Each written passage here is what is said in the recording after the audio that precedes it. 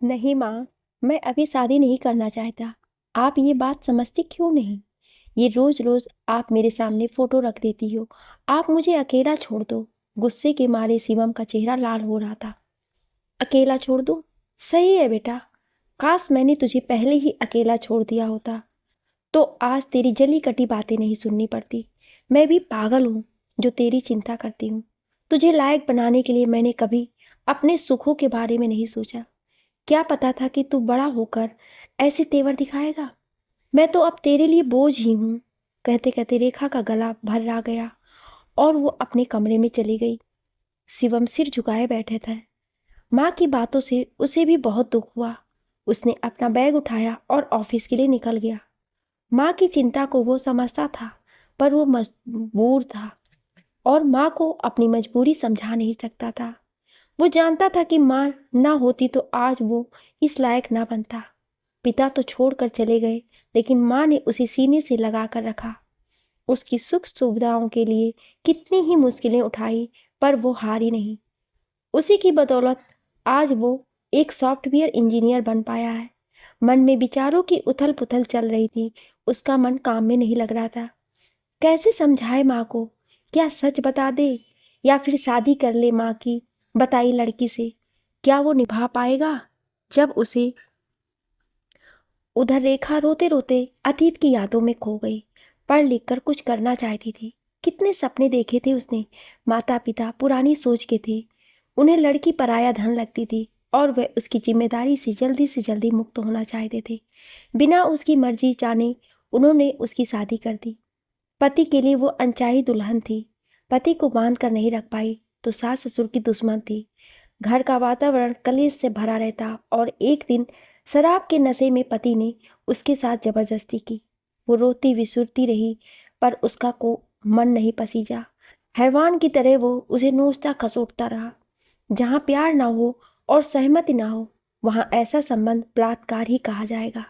वो सिर्फ भोग की वस्तु बनकर रह गई थी। दिन भर घर का काम, सास के ताने और रात को पति की मनमानी। ऊपर से उसका बोलना, ले इसी के लिए आई है तू मेरे जीवन में? बच्चात, तूने मेरे सुख छीन लिए। मैं तो तेरे साथ रहना ही नहीं चाहता। तू चली क्यों नहीं जाती? मैं तुझसे प्यार नहीं करता। तू तो जी का जंजाल है। फिर महीने भर बाद वो लापता हो गया। पति नहीं तो उसका ससुराल में रहना दूभर हो गया और एक दिन धक्के मारकर उसे घर से निकाल दिया गया। माता पिता तो पहले ही हाथ झाड़ बैठे थे। तू जान कैसे तू उस घर में जगह बनाती है। अब तो तेरा सब कुछ वही है। उसने अपना सामान उठाया और भटकती रही सड़क पर। जब उसे होश आया तो सरकारी अस्पताल में पड़ी थी। कोई भला आदमी बेहोशी की हालत में उसे वहां भर्ती करा गया था। बधाई हो, नर्स आकर बोली। आप माँ बनने वाली हो। अपने घर वालों को बता दो। नर्स बोले जा रही थी और वह सुन्न हो गई थी। घर तो है ही नहीं और घर वाले वो उसकी क्या मदद करेंगे? नर्स ने उसे हिलाया। आपको खुशी नहीं हुई? अरे आप ठीक हैं और बच्चा भी। चलो आपकी छुट्टी कर रहे हैं। छुट्टी? पर मैं कहाँ जाऊंगी? टप टक आंखों से आंसू गिर रहे थे। तभी बड़ी डॉक्टरनी आ गई। उसे रोते देखकर वो नर्स से पूछने लगी, क्या हुआ? इसके पास घर नहीं है मैडम। कहाँ जाएगी इसलिए रो रही है। मैडम ने उसे ऊपर से नीचे तक देखा। अच्छे घर की लगती है। नर्स, इसे स्टाफ क्वार्टर में बिठा दो। छुट्टी के बाद मैं इससे बाद में बात करूंगी। बस यहीं से उसकी जिंदगी बदल गई। मैडम दयालु थी। उसकी कहानी सुन और उसके बारे में जानकर उन्होंने अपने घर के सर्वेंट क्वार्टर में रहने की जगह दे दी। अस्पताल में काम नहीं कर सकती थी तो अपने जानकर के प्राइवेट हॉस्पिटल में रिसेप्शनिस्ट की नौकरी दिलवा दी। खाली समय में मैडम के बच्चे की देखभाल करने लगी और फिर शिवम आ गया। उसका मुख देखकर वो सब तकलीफ भूल गई। माता पिता से वो मिली नहीं और सास ससुर ने उसे पूछा नहीं।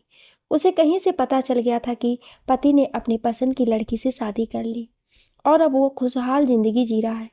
तो कहीं शिवम भी तो किसी को पसंद नहीं करता है? अचानक रेखा का माथा ठनका। अरे, मैंने उसके मन की बात तो पूछी ही नहीं। अपना ही राग अलाप रही थी। बेचारा बच्चा बिना खाए ही चला गया। अब नहीं करूंगी उससे ऐसे बात। पहले उसके मन की था ले लूं। मैंने कौन से शादी के सुख हो गए। तभी द्वार पर आहट हुई। रेखा ने खुद को संयत किया और चाय बनाने किचन में चली गई। शिवम माँ की मनपसंद मिठाई का डिब्बा लिए किचन में आया और माँ के कंधे पर सिर रख दिया। मुझे माफ़ कर दे माँ, मैं तेरा दिल नहीं दुखाना चाहता था। चल छोड़, सुबह की बातें, मुंह हाथ धो, चाय बन गई है, साथ में पियेंगे, आजा जल्दी। दोनों माँ बेटे चाय पी रहे थे, तभी शिवम का फ़ोन बजा। माँ, मैं अभी आया, कहकर शिवम बाहर निकल गया। मुझे थोड़ा समय दो, मैं जल्दी ही माँ से बात करूँगा। वो माँ है मेरी, अवश्य मान जाएगी। रेखा के कानों में ये फुसफुसाहट पहुंच चुकी थी। अब तो पक्का यकीन हो गया है कि ये किसी लड़की को पसंद करता है। रेखा मन ही मन बड़ी खुश थी कि चलो, उसकी समस्या का समाधान हुआ, उसके जीते जी बेटे का घर बस जाएगा। माँ, आपसे कुछ बात करनी है, शिवम अंदर आकर बोला। हाँ हाँ बोल बेटा, क्या बात है, किसका फ़ोन था? माँ, वो कल मेरा बेस्ट फ्रेंड आ रहा है, वो तुझसे मिलना चाहता है। मुझसे? क्यों, क्या तेरी उससे बात हो रही थी? रेखा को अपने सपने पानी में बहते दिखाई देने लगे। एक पल में खुशियाँ काफूर हो गई। आने दे बेटा, दोस्त ही तो है, जैसे तू मेरा बेटा वैसे वो, इसमें इतना सोचने की क्या बात है? कहते हुए वो रसोई में आ गई। शिवम परेशान था, वो बहुत कुछ कहना चाहता हो ऐसा लग रहा था। अपने अंदर उठने वाले तूफान से वो लड़ नहीं पा रहा था।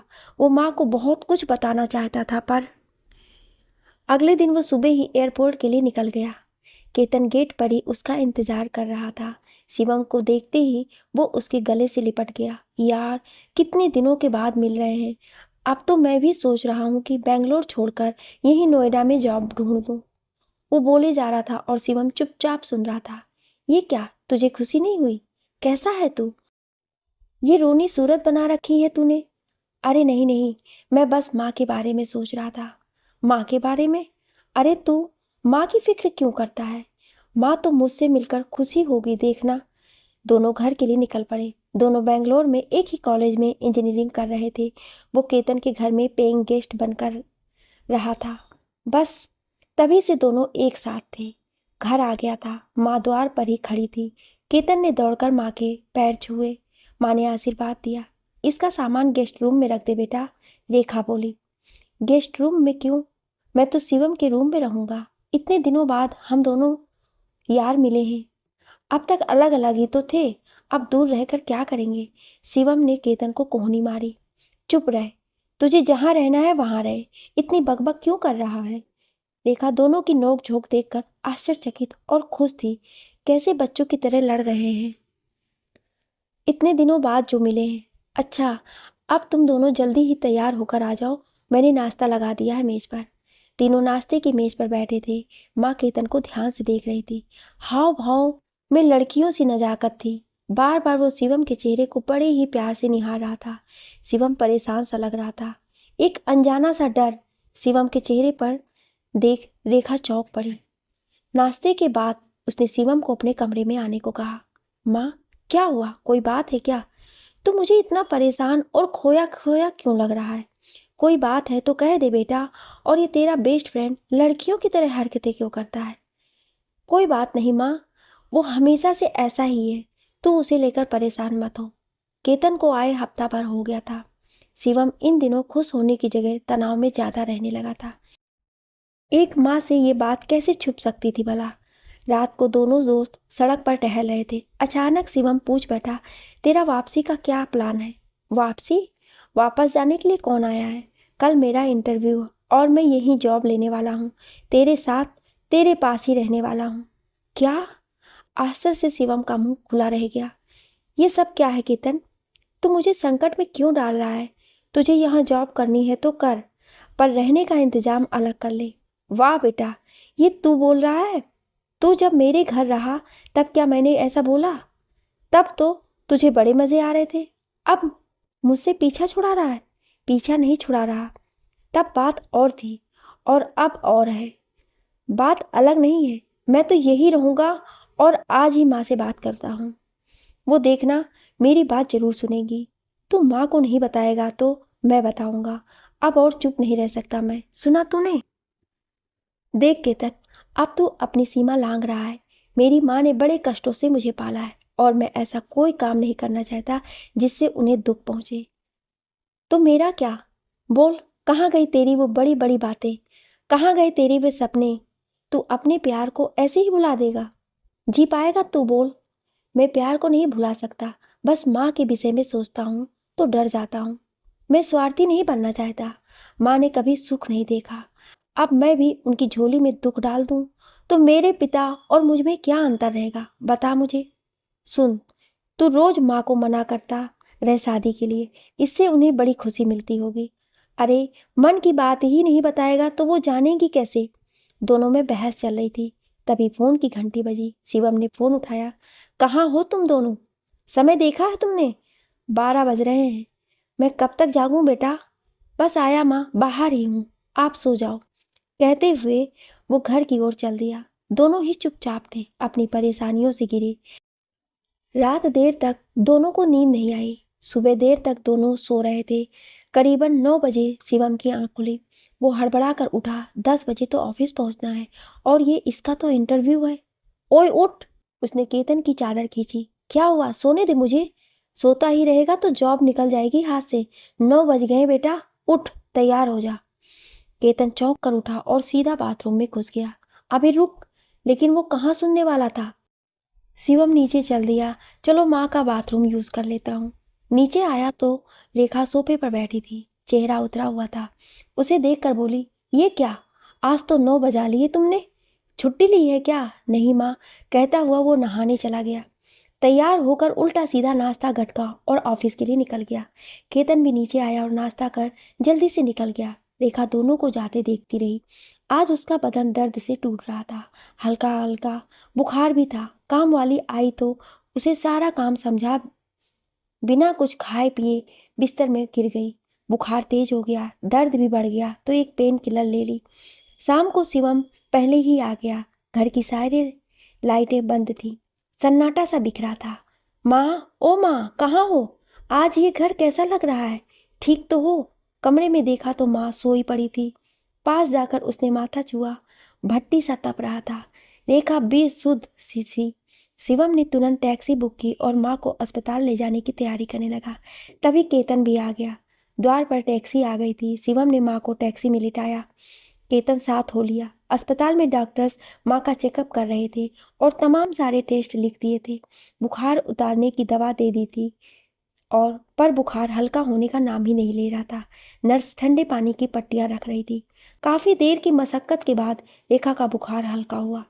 डॉक्टर ने शिवम को घर जाने के लिए कहा और रेखा को वहीं अंडर ऑब्जर्वेशन रखने की सलाह दी। शिवम घर नहीं जाना चाहता था। उसने केतन से कहा कि वो घर चला जाए और घर पर ही रहे। केतन बोला, ठीक है, मैं तेरे लिए कुछ खाने के लिए बनाकर लाता हूँ, तब तक तू माँ का ध्यान रख, फिर मैं रुक जाऊँगा। रात बड़ी चिंता में बीती। सुबह टेस्ट के रिजल्ट आ गए थे। डॉक्टर ने शिवम को केबिन में बुलाया। मुझे कुछ गड़बड़ दिखाई दे रही है, इन्हें अभी कुछ और दिन अस्पताल में रहना होगा। मुझे और डॉक्टरों से डिस्कशन करना है। आखिर आप मुझे बताइए, माँ को क्या हुआ है?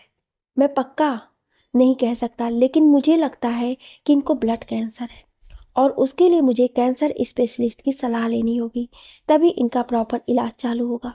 कौन सी स्टेज है इस बारे में मैं अभी कुछ नहीं कह सकता, बस इन्हें छुट्टी नहीं दी जा सकती। ये सुनकर शिवम को चक्कर आ गए। वो वहीं धम से बैठ गया। ये क्या हुआ? माँ को कैंसर?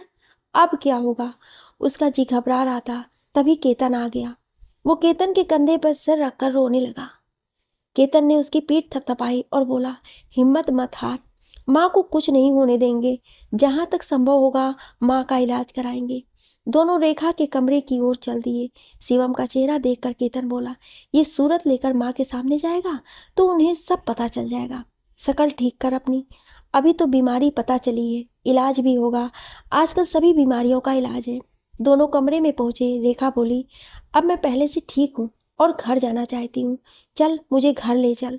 नहीं माँ, अभी नहीं, अभी तेरे और टेस्ट होंगे, उसके बाद ही तू घर जा पाएगी। अब काहे के टेस्ट? अब बुखार तो कम हो गया है और ऐसे बुखार तो आते ही रहते हैं, उसके लिए अस्पताल में थोड़ी रहा जाता है। नहीं माँ, जिद मत करो, 2-3 दिन और रह ले, पूरी तरह से ठीक हो जा तब घर चलेंगे। और तब तक तुम दोनों क्या करोगे? तुम्हारा ध्यान कौन रखेगा? खाना कौन बनाएगा? क्या भूखे रहोगे? तभी केतन बोला, अरे माँ, आप क्यों चिंता करती हैं, मैं हूँ ना, मुझे बढ़िया से बढ़िया खाना बनाना आता है। आप बताओ आज आप क्या खाओगी, मैं वही बना कर लाऊंगा।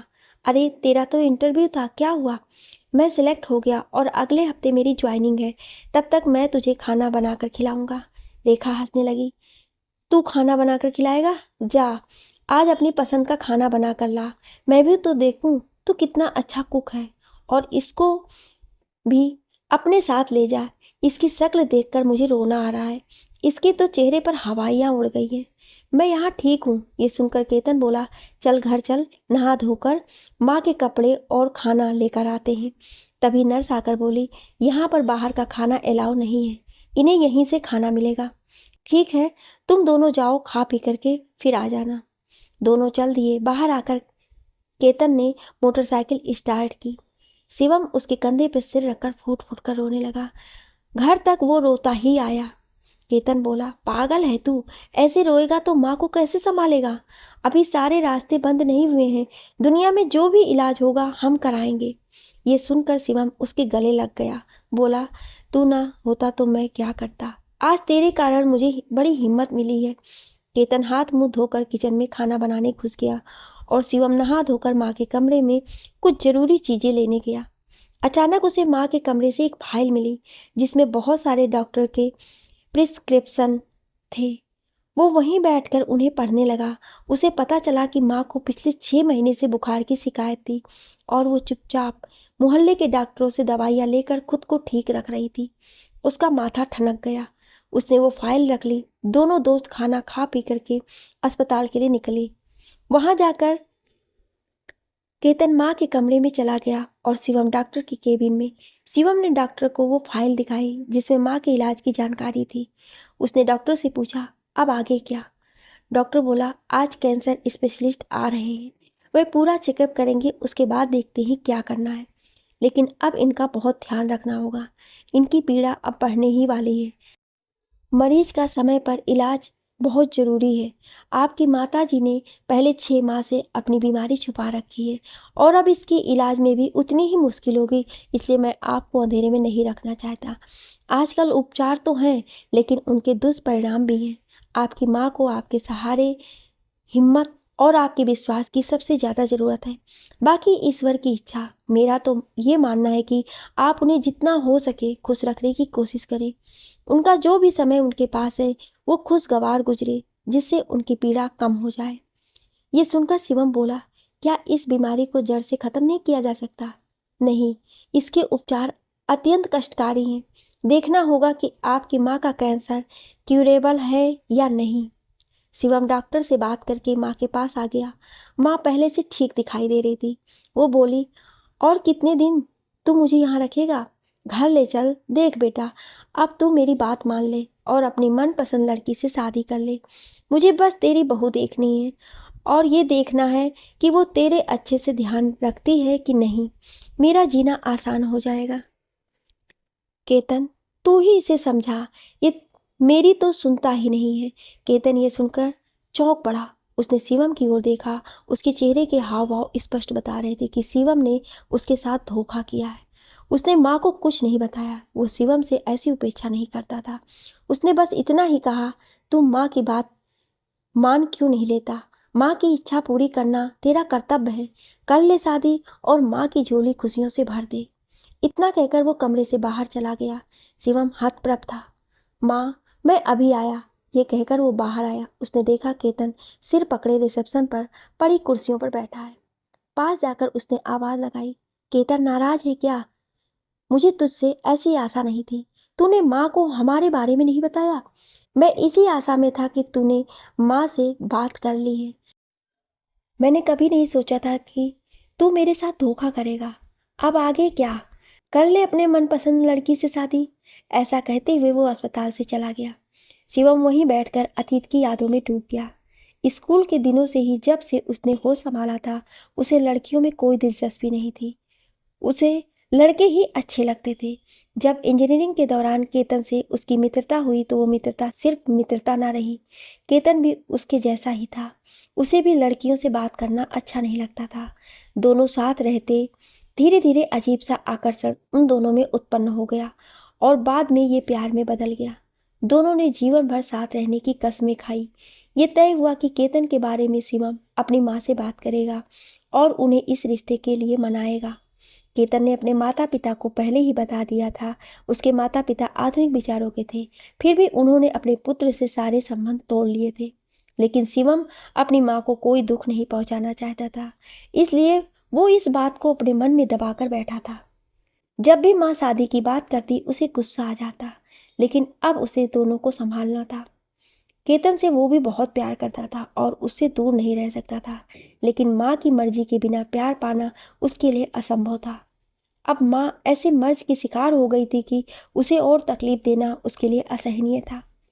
उलझन में पड़ा वो वहीं बैठा रहा। तभी रिसेप्शन पर उसके नाम की अनाउंसमेंट हुई। वो माँ के कमरे की ओर भागा।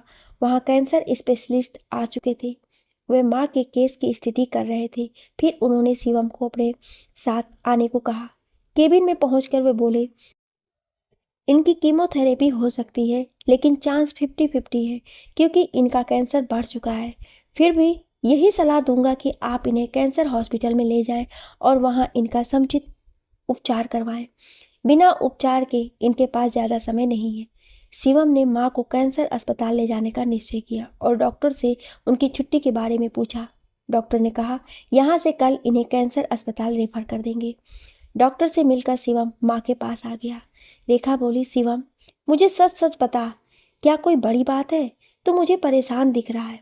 माँ, कल तुझे कैंसर अस्पताल रेफर कर रहे हैं। तुझे ब्लड कैंसर हुआ है। अब तेरा इलाज वहीं चलेगा। नहीं नहीं, ये तू क्या बोल रहा है? अभी तो मुझे तेरी शादी देखनी है, तेरे बच्चों को खिलाना है। हे भगवान, मुझे किस बात की सजा दे रहा है? कहकर रेखा रोने लगी। शिवम माँ के सिर को सहलाने लगा। हिम्मत रख, हिम्मत से ही हम ये लड़ाई जीतेंगे। अगर ऐसे रोएगी तो बीमारी जीत पाएगी? चुप हो जा, तूने तो सारी जिंदगी हिम्मत दिखाई है, अब कमजोर मत पड़। रेखा शांत हो गई। हाँ बेटा, मुझे तेरे लिए लड़ना ही होगा। ईश्वर को जो मंजूर, उसकी मर्जी के बिना पत्ता भी नहीं हिलता। अच्छा ये बता, ये केतन कहाँ है? सुबह से दिखाई नहीं दिया। पता नहीं माँ, मैं कॉल कर रहा हूँ, वो उठा नहीं रहा, कहीं व्यस्त होगा। तभी केतन मुस्कुराता हुआ अंदर आया। लो माँ, शैतान का नाम लिया, शैतान हाजिर। मैं घर की साफ सफाई कर रहा था, तेरे लिए घर को चकाचक कर रहा था। घर में? घर कहाँ जा रही हूँ? मुझे तो कैंसर अस्पताल भेजा जा रहा है। पता नहीं अब घर नसीब होगा भी या नहीं। माँ, निराशा भरी बातें मत कर। शिवम ने सदा तेरे साहस के किस्से मुझे सुनाए हैं, इसलिए अब तू अपना साहस दिखा और इस जंग को जीत कर वापस आ। हम सब तेरे साथ हैं। हाँ, तुम बच्चों का ही सहारा है। अच्छा केतन, तू शिवम के साथ ही रहेगा ना? इसे अकेला मत छोड़ना जब तक मैं ठीक नहीं हो जाती। अच्छा माँ, आप ठीक हो जाएंगी तो घर से निकाल देंगी? तब मैं आपका कुछ नहीं लगूंगा क्या? नहीं नहीं, ऐसा क्यों कह रहा है? वो घर जितना शिवम का है उतना ही तेरा भी। तू जब तक चाहे वहाँ रह। मुझे तो दो दो बेटे मिल गए। अच्छा केतन, मैं सोच रही थी कि मैं शिवम की शादी करा दूं। मैंने एक लड़की देख रखी है, कब से कह रही हूँ उसे एक बार उस लड़की से मिल ले, बहुत अच्छी है। हाँ माँ, हम शिवम की शादी जरूर कराएंगे। बस आप पहले इतनी ठीक हो जाओ कि अपने बेटे की शादी में शामिल हो सको, तभी तो शादी का मजा आएगा। ठीक है, तू कहता है तो मान लेती हूँ, लेकिन ये नालायक कभी मेरी बात नहीं सुनता। शिवम चुप बैठा था। वो केतन का चेहरा देख रहा था। उसका चेहरा भावविहीन था। तभी नर्स आकर बोली, आप काउंटर पर जाकर नो ड्यूज की रिसिप्ट ले लें और वहीं से आपको डिस्चार्ज टिकट मिल जाएगा। आप इन्हें यहाँ से सीधे कैंसर हॉस्पिटल ले जाएं। वहाँ पर काउंटर पर ये डिस्चार्ज पेपर दे देना। इनका एडमिशन वहाँ हो जाएगा और ट्रीटमेंट चालू हो जाएगा। सारी प्रक्रिया पूरी करके वे रेखा को कैंसर हॉस्पिटल ले गए। माँ का एडमिशन हो चुका था। डॉक्टर ने कहा कि यहाँ पर इन्फेक्शन के कारण अटेंडर को पेशेंट के साथ नहीं रखा जाता है। आप रिसेप्शन पर रह सकते हैं। शिवम ने माँ का माथा चूमा और कहा, माँ, मैं यहीं हूँ, आप घबराना मत, जल्दी ठीक होकर आना। रेखा को अंदर ले गए। शिवम और केतन चुप बैठे हुए थे। तब नर्स ने कहा, आज सारे टेस्ट होंगे और कल कीमो होगी, इसलिए आप चाहे तो थोड़ी देर घर जा सकते हैं। यहाँ रुकने का कोई फ़ायदा नहीं है। अगर कोई दिक्कत होगी तो हम आपको कांटेक्ट करेंगे। शिवम एक बार माँ को देखना चाहता था। उसने नर्स से कहा, क्या मैं एक बार मिल सकता हूँ? नर्स बोली, हाँ मिल सकते हो, लेकिन उसके लिए आपको सैनिटाइज होना पड़ेगा और चेंजिंग रूम में जाकर जो ड्रेस रखी है वो पहननी होगी। शिवम चला गया। माँ के कमरे में जाकर उसने माँ से पूछा, तू घबरा तो नहीं रही है?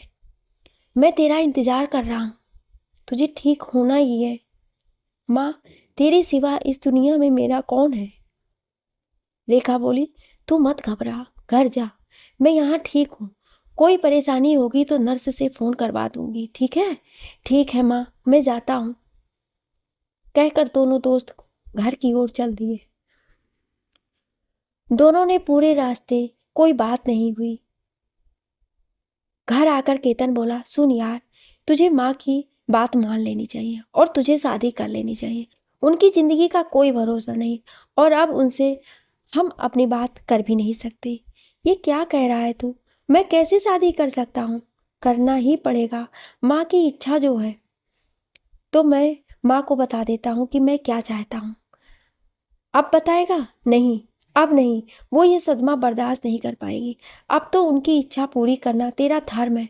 और तेरा क्या, मैं यही रहूँगा तेरे पास। मैं स्वार्थी नहीं हूँ। मेरे माता पिता ने मुझसे संबंध तोड़ लिए क्योंकि उनको पता है कि मैं कैसा हूँ, लेकिन माँ को पता नहीं है और उन्हें बताने का समय निकल गया। इसलिए अब उचित यही होगा कि तुम माँ की बात मान। शिवम चुप हो गया। उदासी के बादल उसके चेहरे पर गहरा रहे थे। वो दो राहें पर खड़ा था, जहां से उसे कोई रास्ता नजर ही नहीं आ रहा था। कुछ दिन बीते, केतन का स्वभाव बदल चुका था। अब वह धीर गंभीर हो गया था। शिवम हर समय उदास रहता। उधर रेखा का उपचार धीरे धीरे आगे बढ़ रहा था। 1 महीना बीत गया। शिवम को हॉस्पिटल से कॉल आया तो केतन भी साथ हो लिया। वहां जाकर पता चला कि माँ को छुट्टी दे रहे हैं। अब उनको वहां एडमिट रहने की आवश्यकता नहीं थी, बस कीमो कराने जाना था। डॉक्टर से परामर्श कर वे माँ को घर ले आए। रेखा पहले से कमजोर हो चुकी थी। उसके बाल भी गिर रहे थे। उसे सहारे की जरूरत थी। घर में किसी स्त्री का होना जरूरी प्रतीत होने लगा। घर में जो काम वाली बाई आती थी उससे बात की गई। वो 24 घंटे के लिए यहीं रहे और माँ की देखभाल करे। वो मान गई। उसे गेस्ट रूम रहने के लिए दे दिया गया। कुछ 8-10 दिन बाद रेखा किसी से फ़ोन पर बात कर रही थी। आप आज शाम को ही आ जाइए, मैं इंतज़ार करूँगी और बेटी को भी लेकर आइए। शिवम ने सुन लिया। माँ, आप किसको बुला रही हो? गुप्ता जी को। उनकी भतीजी शिखा को मैंने तेरे लिए पसंद किया था। मेरे पास शायद अब समय नहीं है, इसलिए मैं चाहती हूँ तुम आज शिखा से मिलो और अगर पसंद आ जाए तो शादी कर लो। मैं तुम्हारी मना नहीं सुनूंगी। शिवम चुप रह गया। उसका दिल घबरा रहा था। केतन सुनेगा तो क्या सोचेगा? घर की साफ सफाई के लिए कहकर रेखा ने बाई को शाम के लिए अच्छा खाना बनाने के निर्देश दे दिए। केतन ऑफिस से आ गया था। घर में तैयारियां देखकर वो समझ गया। चुपचाप अपने कमरे में चला गया और कपड़े बदलकर माँ के पास आ गया। अब आप कैसी हैं? कैसा लग रहा है आपको? कोई आने वाला है क्या? हाँ, मैंने गुप्ता जी को बुलाया है। उनकी भतीजी शिखा बहुत बढ़िया, मिलनसार और सुशील लड़की है। वो प्राथमिक विद्यालय में शिक्षिका है। विडंबना ये है कि उसका बचपन भी शिवम की तरह कष्टों में बीता। उसने सबकी दुत्कार सहकर भी अपने बल पर अपनी राह बनाई है। गुप्ता जी अकेले हैं। उनकी पत्नी का देहांत हो चुका है। बेटे बहू शिखा के साथ अच्छा व्यवहार नहीं करते। गुप्ता जी चाहते हैं कि उनके जीते जी शिखा को अच्छा घर वर मिल जाए तो वो भी चैन से मर सकेंगे। मैंने शिखा को पसंद किया क्योंकि वो शिवम के उपयुक्त है। आज तुम भी उससे मिल लेना, फिर मुझे बताना कि इसमें गलत क्या है और शिवम को भी समझाना। जब भी शादी की बात करती हूँ उसके चेहरे पर 12 बज जाते हैं। अब मेरा क्या भरोसा, ठीक है ना? आप चिंता ना करें, जैसा आप चाहती हैं वैसा ही होगा। 7 बज चुके थे। दरवाजे पर दस्तक हुई। केतन रेखा को लेकर बैठक में आ गया। सामने गुप्ता जी, जो काफ़ी वृद्ध थे, एक दुबली पतली सांवली सी अच्छे नए नक्श वाली लड़की के साथ खड़े थे। केतन ने उन्हें बैठने के लिए कहा। वो लोग बैठ गए। मैं शिवम को बुलाकर लाता हूँ, कहकर केतन चला गया। शिवम बिस्तर में सिर औंधाए पड़ा था। केतन ने उसे हिलाया। उठ, नीचे वो लोग आ गए हैं, चल जल्दी से तैयार हो, वो लोग इंतज़ार कर रहे हैं। मुझे शादी नहीं करनी, माँ के लिए मैं तुझे नहीं छोड़ सकता, कहकर शिवम का गला भर गया। तू मुझे कहाँ छोड़ रहा है? ये तो समय ही ऐसा है कि हम कुछ नहीं कर सकते। अब या तो तुम माँ को दुख दे ले या फिर उनको खुशी दे दे। मेरी तरफ से तुझे छूट है। तेरी जगह मैं होता तो शायद ऐसी स्थिति में कभी भी माँ को दुख ना देता। कहकर केतन मुख मोड़ लिया। उसकी आंखें भीग गई थी। किसी तरह शिवम को मना कर वो नीचे ले आया। शिखा माँ के पास बैठी थी। उनका हाथ अपने हाथ में लिए उनसे उनकी बीमारी के बारे में पूछ रही थी। शिवम ने आकर गुप्ता जी को प्रणाम किया। केतन भी पास में ही बैठ गया। तभी रेखा ने कहा, शिखा, शिवम के साथ जाओ और अपना होने वाला ससुराल देख लो। नहीं नहीं, मुझे आपके पास बैठना है। मेरे पास तो तुम रहोगी, लेकिन दोनों जने मिलकर एक दूसरे को थोड़ा जान लो। शिखा उठकर शिवम के साथ ऊपर आ गई। शिवम के चेहरे की उदासी उससे छिपी ना रही। वो एक समझदार लड़की थी। उसने तुरंत पूछा, आप ये माँ की खुशी के लिए कर रहे हैं? मुझे लगता है आप किसी और से प्यार करते हैं। मैं आपके प्यार में बाधा नहीं बनना चाहती। आप चाहे तो माँ को मना कर सकती हूँ। शिवम चुप रहा। शिखा बोली, मन की बात मन में नहीं रखनी चाहिए। मन की मन में रह गए तो खुशियाँ दूर हो भाग जाती हैं। आप मुझे खुलकर बताइए कि परेशानी क्या है। मैं भी आपको बता देती हूँ कि शादी नाम के बंधन पर मुझे भरोसा नहीं। ऐसा क्यों? शिवम पूछ बैठा। ऐसा इसलिए क्योंकि हम गांव में रहते थे। वहाँ बाल विवाह बहुत ही पवित्र माना जाता है। मेरे माता पिता ने भी 12 साल की उम्र में ही मेरा विवाह कर दिया था। जब मैं 20 की हुई तो मुझे ससुराल भेजने की बात आई, लेकिन मेरे पति ने तब तक लव मैरिज कर ली थी। उसने मुझे पहचानने से भी इनकार कर दिया। ये सदमा मेरे माता पिता बर्दाश्त ना कर सके और दोनों का देहांत हो गया। तब से मैं चाचा जी के यहाँ हूँ। यहाँ पर सब मुझे बोझ समझते हैं, लेकिन मैं अपना खर्चा खुद उठाती हूँ। बस चाचा जी के कारण उस घर में रह रही हूँ, नहीं तो कहीं भी किराए से घर लेकर रह सकती हूँ। आपकी माँ ने सदैव मेरा साथ दिया। वो बहुत अच्छी हैं। अगर उनके लिए मुझे कोई कुर्बानी देनी पड़े तो मैं अवश्य दूंगी। मैंने अपनी बात बता दी। अब आप अपने मन की बताइए। माँ आपको पहले से जानती हैं? माँ ने बताया नहीं। आप उनसे कैसे मिली? अस्पताल में, चाचा जी की बीमारी के समय। तब से वो मुझे बहुत अच्छी लगती हैं। उन्होंने हमेशा मुझे माँ का स्नेह दिया है। ये सब छोड़ो, अपने बारे में बताओ। मैं कैसे कहूँ? मैं सच में किसी और से दिल जान से प्यार करता हूँ, लेकिन माँ से नहीं कह सकता। क्यों नहीं कह सकते? मेरी जगह यदि कोई और इस घर की बहू बनकर आएगी तो माँ क्यों मना करेगी? सारी समस्या तो यही है, क्योंकि मुझे किसी लड़की से प्यार नहीं है। मैं एक लड़के को चाहता हूँ और सारा जीवन उसी के साथ बिताना चाहता हूँ, लेकिन अब माँ से ये नहीं बता सकता। उसके पास पता नहीं कितना समय है। उसे दुख देकर मैं सुखी कैसे रह सकता हूँ? शिखा चुपचाप उसका मुंह देख रही थी। धीरे से बोली, क्या नीचे जो बैठे हैं वही आपको पसंद है? शिवम ने हाँ में सिर हिलाया। तो ठीक है, मैं खुद मना कर देती हूँ कि मुझे ये शादी नहीं करनी। क्या माँ मान जाएगी? और उनसे बात करेगा कौन? मानेगी ये तो पता नहीं, क्योंकि उन्होंने मुझसे वादा ले रखा है कि वो मुझे अपने घर की बहू बनाएंगी। उन्हें समझाना थोड़ा मुश्किल है, लेकिन कोशिश करके देखते हैं। तभी केतन खाने के लिए बुलाने आ गया। वातावरण गंभीर देख उसने पूछा, क्या हुआ? कुछ नहीं, ये शिखा है, ये माँ को मना करने जा रही है। लेकिन क्यों? तुम्हारी अभी भी समझ में नहीं आ रहा है माँ की स्थिति कैसी हो रही है? तो फिर क्या करें? शिखा से शादी कर क्या मैं उसे वैवाहिक जीवन का सुख दे पाऊंगा? मैं भी उसके जीवन को दुख से भर दूंगा। मैं नहीं चाहता कि मेरे कारण इसका जीवन बर्बाद हो। अपना तो हो ही रहा है। मैं किसी को धोखे में नहीं रखना चाहता, ना तुझे और ना ही शिखा को, और माँ को भी नहीं। बिल्कुल सही कह रहा है। चल माँ को मिलकर बताते हैं कि हम दोनों प्यार करते हैं। ये लड़की आपकी बहू नहीं बन सकती। तो माँ के पास जितना समय है वो भी नहीं बचेगा। उसकी जीने की इच्छा समाप्त हो जाएगी। अगर तू ऐसा चाहता है तो चल, यही करते हैं। शिखा दोनों की बहस सुन रही थी। उसने कहा, अगर मैं कुछ कहूँ तो मानोगे? देखो, इस शादी जैसे रिश्ते में मेरा तो विश्वास नहीं है और मैं शादी करना भी नहीं चाहती।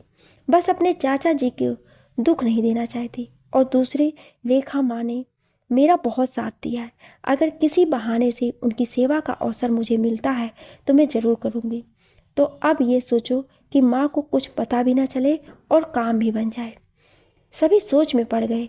तभी बाई जी खाने के लिए बुलाने लगी। तीनों नीचे आ गए। माँ के चेहरे पर अलग ही खुशी दिखाई दे रही थी। शिवम गौर से माँ का चेहरा देख रहा था। बड़े दिनों बाद माँ इतनी खुश थी। क्या मैं उसकी खुशी छीन लूँ या उसे खुशियाँ दे दूँ? यही सोचते हुए वो खाना खाने लगा। रात के 10 बज चुके थे। गुप्ता जी शिखा के साथ वापस जाने लगे। बताना आपका क्या विचार है?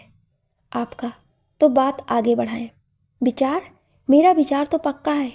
क्यों शिवम, तुम्हें कुछ कहना है? अगर कुछ कहना है तो कह दो, नहीं तो मैं तुम्हारी भी हाँ मान लूँगी। और शिखा तुम बताओ, क्या बहू बनोगी मेरे घर की? रेखा चहक रही थी। शिवम मन महसूस कर बैठा था। शिखा मुस्कुरा दी। वह लोग अपने घर को चले गए। रेखा आज बड़े सुकून में थी। उसकी मनचाही मुराद पूरी होती दिख रही थी। शिवम एकटक माँ का चेहरा देख रहा था। ऐसा लग रहा था कि जैसे उनके सिर से बहुत बड़ा बोझ उतर गया। अगले दिन दोनों अपने अपने ऑफिस चले गए। किसी के पास इस समस्या का समाधान नहीं था। शिवम का मन ऑफिस के काम में नहीं लग रहा था। वह सोच रहा था कि शादी के बाद अगर शिखा के मन में उसके प्रति प्रेम जागृत हो गया तो वो क्या करेगा? क्या ये शिखा के प्रति अन्याय नहीं होगा? क्यों वो उस लड़की का जीवन बर्बाद करे? क्या हम मिलकर इस समस्या का कोई समाधान निकाल सकते हैं? यही सोचते हुए उसने केतन और शिखा को शाम को 6 बजे पास के ही एक रेस्टोरेंट में मिलने के लिए बुला लिया। तीनों इकट्ठे हुए और बैठकर समस्या का समाधान ढूंढने लगे। शिवम, तुम क्या करना चाहते हो? देखो, मैंने अपनी तरफ से तुम्हें पूरी छूट दे दी है। तुम शिखा से शादी करो और माँ की इच्छा पूरी करो। मेरा क्या है, मैं यहीं तुम्हारे साथ रह लूँगा, फिर अपना ठिकाना ढूंढ लूँगा। मुझे मन से केतन ने कहा। नहीं, तुम कहीं नहीं जाओगे। जब तक नोएडा में हो हमारे साथ ही रहोगे। मुझे तुम्हारे साथ की बहुत ज़रूरत है। शिखा, तुम क्या कहती हो? मैं तुम्हें किसी धोखे में नहीं रखना चाहता। अगर ये शादी हो भी गई तो मैं तुम्हारे साथ न्याय नहीं कर पाऊंगा। तुम्हारी इच्छाएं, तुम्हारे अधिकार मैं पूरे नहीं कर पाऊंगा। क्या तुम ऐसी स्थिति में मेरे साथ जीवन बिता पाओगी? शिखा बहुत ही समझदार थी। उसने कहा, देखो, मुझे नहीं पता क्या सही है क्या गलत है, लेकिन इतना जानती हूँ कि हम ऐसी जगह खड़े हैं जहाँ पर अगर अपना स्वार्थ देखते हैं तो कभी सुख से नहीं रह पाएंगे। मेरा तो फिर भी कुछ नहीं बिगड़ेगा। चाचा जी मेरे लिए कोई रिश्ता ढूंढ ही लेंगे, क्योंकि उन्हें हर हाल में मेरा विवाह करना है। लेकिन रेखा माँ का क्या? उनकी तो उम्मीद ही खत्म हो जाएगी, और उम्मीद जीवन के लिए ज़रूरी है। तो अब तुम बताओ हमें क्या करना चाहिए? तभी केतन बोला, मेरे दिमाग में एक आइडिया आया है। क्यों ना तुम लोग कॉन्ट्रैक्ट मैरिज कर लो शिखा के साथ। तुम मंदिर में शादी कर लो। शिखा सबके लिए तुम्हारी पत्नी होगी, लेकिन हम तीनों जैसे यहाँ बैठे हैं वैसे ही रहेंगे। जब तक माँ है, शिखा उस घर में तुम्हारी पत्नी के रूप में रहेगी। उसके बाद ये अपनी राह चुन सकती है अगर इसे मंजूर हो तो। पागल हो गए हो तुम? मैं इसका फ़ायदा उठाऊं? इतना भी गया गुजरा नहीं हूँ। क्या कहेंगे लोग कि पत्नी को छोड़ दिया? समाज की नज़र में हम पति पत्नी ही तो होंगे। मैं ऐसा अन्याय इसके साथ नहीं कर सकता। मैं जानता हूँ कि चाह कर भी मेरे मन में जो फीलिंग्स तेरे लिए है वो कभी शिखा के लिए नहीं आएगी। मैं ऐसा नहीं कर सकता। माँ को सच बता देता हूँ, जो होगा देखा जाएगा। वैसे केतन भाई जो कह रहे हैं वो रास्ता भी गलत नहीं है। उससे माँ की इच्छा पूरी की जा सकती है। मुझे तुम्हारी पत्नी बनने का शौक नहीं है। हाँ, माँ की बहू बनकर उस घर में अवश्य रह सकती हूँ। अगर माँ के जीवन का बाकी बचा समय खुशियों से भरा बीते तो मैं ये त्याग करने को भी तैयार हूँ। मुझे अपने साथ किए रेखा माँ के सभी उपकार याद हैं। उनसे मिलने के बाद मुझे कभी भी माँ की कमी महसूस नहीं हुई। याद है मुझे वो दिन जब भैया भाभी ने मुझे बोझ कहकर दुत्कारा था और मैं अपने प्राण देने को उतावली हो रही थी। पागल सी सड़क पर दौड़े जा रही थी। तब रेखा माँ ने मेरा हाथ पकड़ा था। जानती तो पहले से ही थी, पर उस दिन मैंने उन्हें जाना। उस दिन यदि वह ना होती तो मुझे मेरी मंजिल नहीं मिलती। आज ये निडर आत्मनिर्भर जो लड़की तुम्हारे सामने है उनकी ही बदौलत है। अच्छा, लेकिन माँ ने कभी बताया नहीं। लेकिन फिर भी तो फिर तय रहा कि तुम आज ही माँ को जाकर बताओगे कि तुम शिखा से शादी कर रहे हो। और शिखा, तुम एक बार फिर सोच लो। देखो, ये रास्ता दुख से भरा है। कहीं ऐसा ना हो कि तुम्हें बाद में पछतावा हो। ये सुनकर शिखा बोली, मैंने जीवन में बहुत कुछ देखा है और मैं इतनी कमज़ोर नहीं कि विवाह के बाद अपनी मंशा बदल दूँ। मुझे अपना जीवन जीना है और वो मैं अपने हिसाब से जीऊँगी। भले ही समाज मुझे तुम्हें पत्नी के रूप में देखे, लेकिन शिखा शिखा ही रहेगी। सोच विचार करते हुए काफ़ी देर हो गई थी, तभी शिवम का फ़ोन बजा। कहाँ है बेटा? बहुत देर हो गई है, आता हूँ माँ। चलो घर चलते हैं। घर के लिए निकल पड़े। ठीक है शिखा, मैं तुम्हें सोच कर बताता हूँ। अब सोचने के लिए रखा ही क्या है, कहते हुए शिखा खिलखिलाकर हंस पड़ी।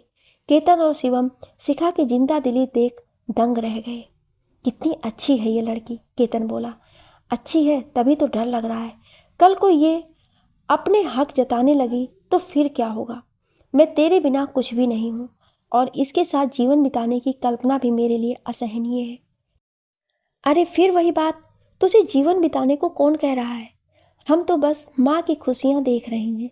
अगर ऐसा कुछ हुआ भी तो कॉन्ट्रैक्ट तैयार करेंगे, ना उसके हिसाब से ही चलेंगे। घर आ गया था, माँ बैठक में ही थी। आ गए तुम दोनों, कैसा रहा आज का दिन? अच्छा रहा माँ, आप बताओ आपने क्या किया? कुछ नहीं, बस सोच रही थी कि क्या क्या तैयारियाँ करनी है, वही सारा हिसाब किताब लगाया। तैयारियाँ? तैयारियाँ क्यों? अरे शादी ऐसे ही थोड़े ना हो जाएगी, धूमधाम से तेरी शादी करूँगी। माँ अपनी हालत देख, 2 दिन बाद तेरा कीमो होना है, 4 दिन तू बिस्तर से उठ नहीं पाएगी और तुझे तैयारियों की पड़ी है। तो शादी की चिंता मत कर, शादी हो जाएगी। ऐसे कैसे हो जाएगी? अरे अपनी बहू को धूमधाम से घर लाऊंगी, सारे अरमान पूरे करूंगी। माँ डॉक्टर ने आपको इन्फेक्शन से बचने के लिए कहा है। ज़्यादा भीड़ भाड़ थकान आपके लिए नुकसानदायी है, इसलिए आप शादी की चिंता ना करें। हम मंदिर में शादी कर लेंगे। मंदिर में? मंदिर में कौन शादी करता है? आज के ज़माने में बैंड बाजा ना बजा तो शादी कैसी? केतन जो इतनी देर से चुप था बोल पड़ा। माँ हम मंदिर में शादी करवा कर एक छोटा सा फंक्शन कर देंगे। आप इतना ज़्यादा एक्साइटेड मत हो। आप अपनी सेहत का ध्यान रखो, क्योंकि अगर आपकी तबीयत बीच में बिगड़ गई तो ये शादी नहीं हो पाएगी। सुनकर रेखा सोच में पड़ गई। कह तो सच ही रहा है, अगर उसकी तबीयत बिगड़ गई तो ये शिवम फिर शादी से मुकर जाएगा। ठीक है केतन, इसकी जिम्मेदारी मैं तुम्हें देती हूँ। तुम मेरे अच्छे बेटे हो। तुम्हारे आने के बाद मुझे ऐसा लगता है कि अब मुझे शिवम की चिंता करने की ज़रूरत नहीं है। चल मुझे कमरे में छोड़ दे, सोती हूँ। ठीक है माँ, चलिए। सुबह सब कुछ ठीक ठाक था। शिवम माँ को बताना चाहता था कि वो शिखा से शादी कर रहा है। वो माँ के कमरे में गया। माँ सोई हुई थी। उसने माथे पर हाथ रख कर देखा। माँ को हल्का बुखार था, वो करा रही थी। क्या हुआ माँ? कुछ नहीं, बदन टूट रहा है। ठीक है, अभी अस्पताल चलते हैं। मुझे नहीं जाना अस्पताल, मुझे बस तेरी शादी देखनी है और कुछ नहीं। जिद मत कर, ज़्यादा तबीयत खराब हो जाएगी तो तुझे ही परेशानी होगी। जैसे तैसे माँ को मना कर शिवम उसे अस्पताल ले गया। डॉक्टर ने सारे चेकअप किए, उनके चेहरे पर परेशानी दिख रही थी। देखिए मिस्टर शिवम, हम कीमो तो कर देंगे, लेकिन हम पूरी तरह से श्योर नहीं हैं कि कैंसर क्योर होगा। हम आपको अंधेरे में नहीं रखना चाहते। एक तो इनका कैंसर रेवर है, दूसरा इनकी उम्र। आप ईश्वर से प्रार्थना कीजिए कि हम जो उपचार कर रहे हैं वो अपना असर दिखाए। शिवम के चेहरे पर उदासी और निराशा के बादल मंडराने लगे। माँ को कीमो के लिए ले जाया गया। शाम होते होते माँ की घबराहट, बेचैनी बढ़ गई। उन्हें उल्टियाँ होने लगी। उनकी हालत देख डॉक्टर ने छुट्टी देने से मना कर दिया। शिवम घर आ गया। उसे अकेला आया देख केतन चिंतित हो उठा। उसने शिवम के कंधे पर हाथ रखा। शिवम उसके गले लगकर फूट फूट कर रोने लगा। मेरे साथ ही ये अन्याय क्यों? माँ की तकलीफ देखी नहीं जाती। केतन उसकी पीठ सहला रहा था। कहने के लिए कुछ बाकी नहीं था। आज केतन भी उदास था। उसकी माँ का फ़ोन आया। बेटा सारे गिले शिकवे त्याग दे और घर आ जा। तेरे पापा को हार्ट अटैक आया था, अब तो वो भी तुझे याद करते हैं। शिवम शांत हो चुका था। उसने केतन से पूछा, तूने क्या किया दिन भर? कुछ नहीं, ऑफिस से आकर घर पर ही था। तो आज मुझे उदास दिखाई दे रहा है। आज माँ का फ़ोन आया था, पापा की तबीयत ठीक नहीं है, घर बुला रही है। तो चला जाना, आंटी को तेरी ज़रूरत होगी। हाँ सोच रहा हूँ 2-3 दिन के लिए चला जाऊँगा, मिल भी आऊँगा और मन भी शांत हो जाएगा। आखिर हैं तो तेरे माँ बाप ही। उनकी नाराज़गी अपनी जगह ठीक है, ये मैं यहाँ रहकर सीख गया हूँ। उम्मीदें टूटती हैं तो क्रोध और निराशा अपनी जगह बनाते हैं। ठीक है, कल माँ घर आ जाएगी। तू कल ही टिकट बुक करा ले और कल निकल जाना। टिकट करा ली, कल 3 बजे की फ़्लाइट है। 2 दिन वहाँ रुक कर मैं आ जाऊँगा। अगले दिन केतन चला गया। माँ को अभी भी छुट्टी नहीं मिली थी। शिवम बहुत घबरा रहा था। केतन की कमी खल रही थी। क्या करे कि सब कुछ ठीक हो जाए। सामने गणपति देवता विराजमान थे। वो उनके सामने नतमस्तक हो गया। आंखों से अविरल आंसू बह रहे थे। हे प्रभु, अब आप ही सारे विघ्न हरो। माँ को ये कष्ट क्यों? जाने कितनी देर वो वहीं ऐसे ही खड़ा रहा। तभी कंधे को किसी ने स्पर्श किया। उसने पलट कर देखा तो शिखा थी। मैं घर गई थी तो पता चला कि आप यहाँ अस्पताल में हैं। अब कैसी है रेखा माँ? शिवम कुछ बोल नहीं पाया। उसके चेहरे के हाव भाव सारी स्थिति बयान कर रहे थे। शिखा ने उसका हाथ अपने हाथ में लिया। हिम्मत रखिए, सब ठीक होगा। शिखा के साथ होने से शिवम की घबराहट कम हो गई। केतन भाई कहाँ है? वो नहीं दिख रहे हैं। वो बेंगलोर गया है। उसके पापा की तबीयत ठीक नहीं है। सारी मुसीबतें एक साथ ही आती हैं। कल चाचा जी को भी फीवर आ गया। उन्हें दवा दिलवाकर मैंने सोचा कि माँ को भी मिल लूँ, तो यहाँ पर ये स्थिति है। तभी फ़ोन घनघना उठा। शिवम ने देखा केतन का कॉल है। कैसा है तू? माँ घर आ गई? देख यार, मुझे हफ्ता भर लग सकता है। पापा पहले से ठीक है, पर इतने दिन बाद मुझे देखकर वो रुकने के लिए फोर्स कर रहे हैं। ठीक है, तू रुक जा, पर तू घबराना नहीं। मैंने शिखा को फ़ोन कर दिया था। वो तेरी खोज खबर लेती रहेगी। वो यहीं है। तब ठीक है। अच्छा, okay, take care, see you soon. Phone बंद हो गया। शिवम सोच में पड़ गया। इस बार माँ को 1 हफ्ते हॉस्पिटल में रहना पड़ा था। शिखा समय निकालकर रोज़ मिलने आती रही। 1 हफ्ते बाद वो माँ को मिले कर घर आ गया। केतन भी बेंगलुरु से आने वाला था। उसके घर पर सब ठीक हो गया था। वो फ़ोन पर बताता रहता था। माँ ने घर आने के बाद पंडित जी को बुलाया। कहा, कोई शुभ मुहूर्त बताओ और इनकी शादी करा दो। मेरे पास अब समय नहीं है ज़्यादा। ऐसे क्यों बोलती हो माँ? आप ठीक हो जाओगी। झूठा दिलासा देना बंद कर और खुद भी सच्चाई को अपना। मुझे तेरी शादी देखनी है और कुछ नहीं। पंडित जी, जितनी जल्दी हो सके उतनी जल्दी का मुहूर्त निकालो। मुझे कोई आडंबर तो करना नहीं है और ये करने भी नहीं देंगे। बस मैं चाहती हूँ इसकी शादी हो जाए। ठीक है, तो इस हफ्ते में शुक्रवार का दिन सबसे शुभ रहेगा। शादी कहाँ होगी? मंदिर में। आप सारी तैयारियां करिए, हम आ जाएंगे।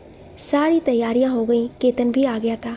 शुक्रवार को 10-15 लोग मंदिर पहुंच गए। उनके सामने शिखा और शिवम के फेरे पड़ गए।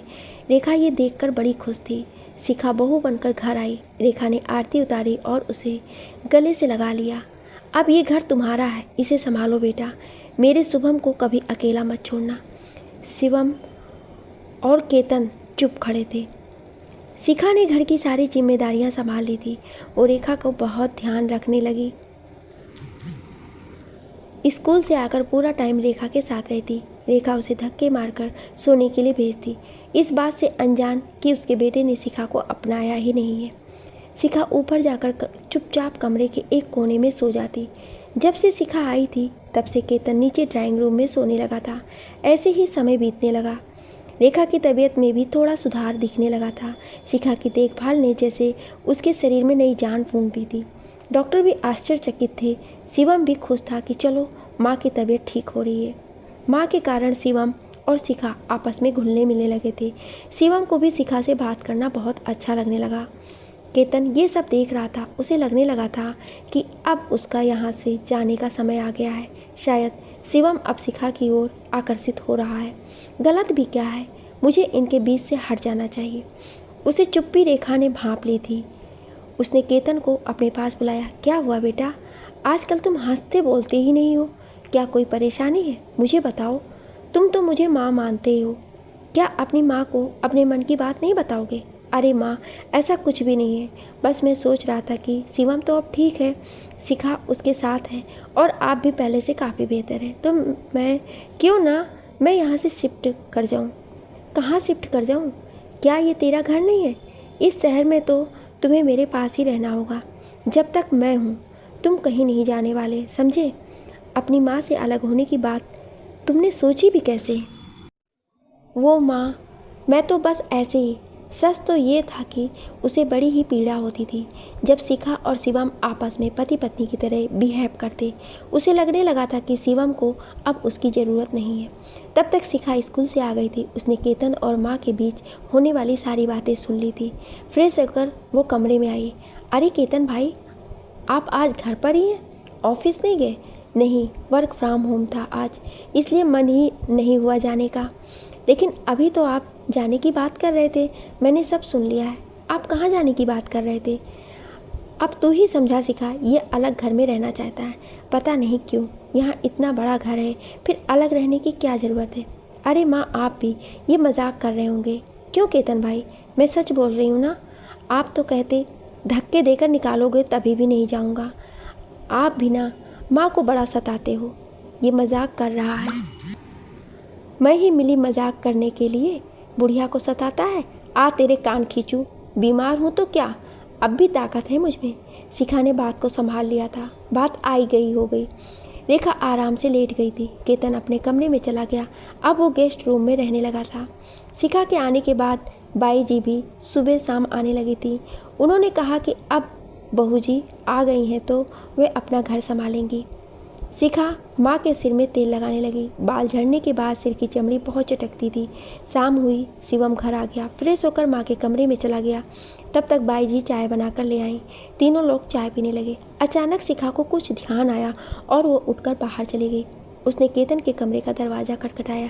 केतन बैठा हुआ था। अरे केतन भाई, आप कमरे में ही बंद रहेंगे? चाय नहीं पियेंगे? आइए, हम सब चाय पर आपका इंतज़ार कर रहे हैं।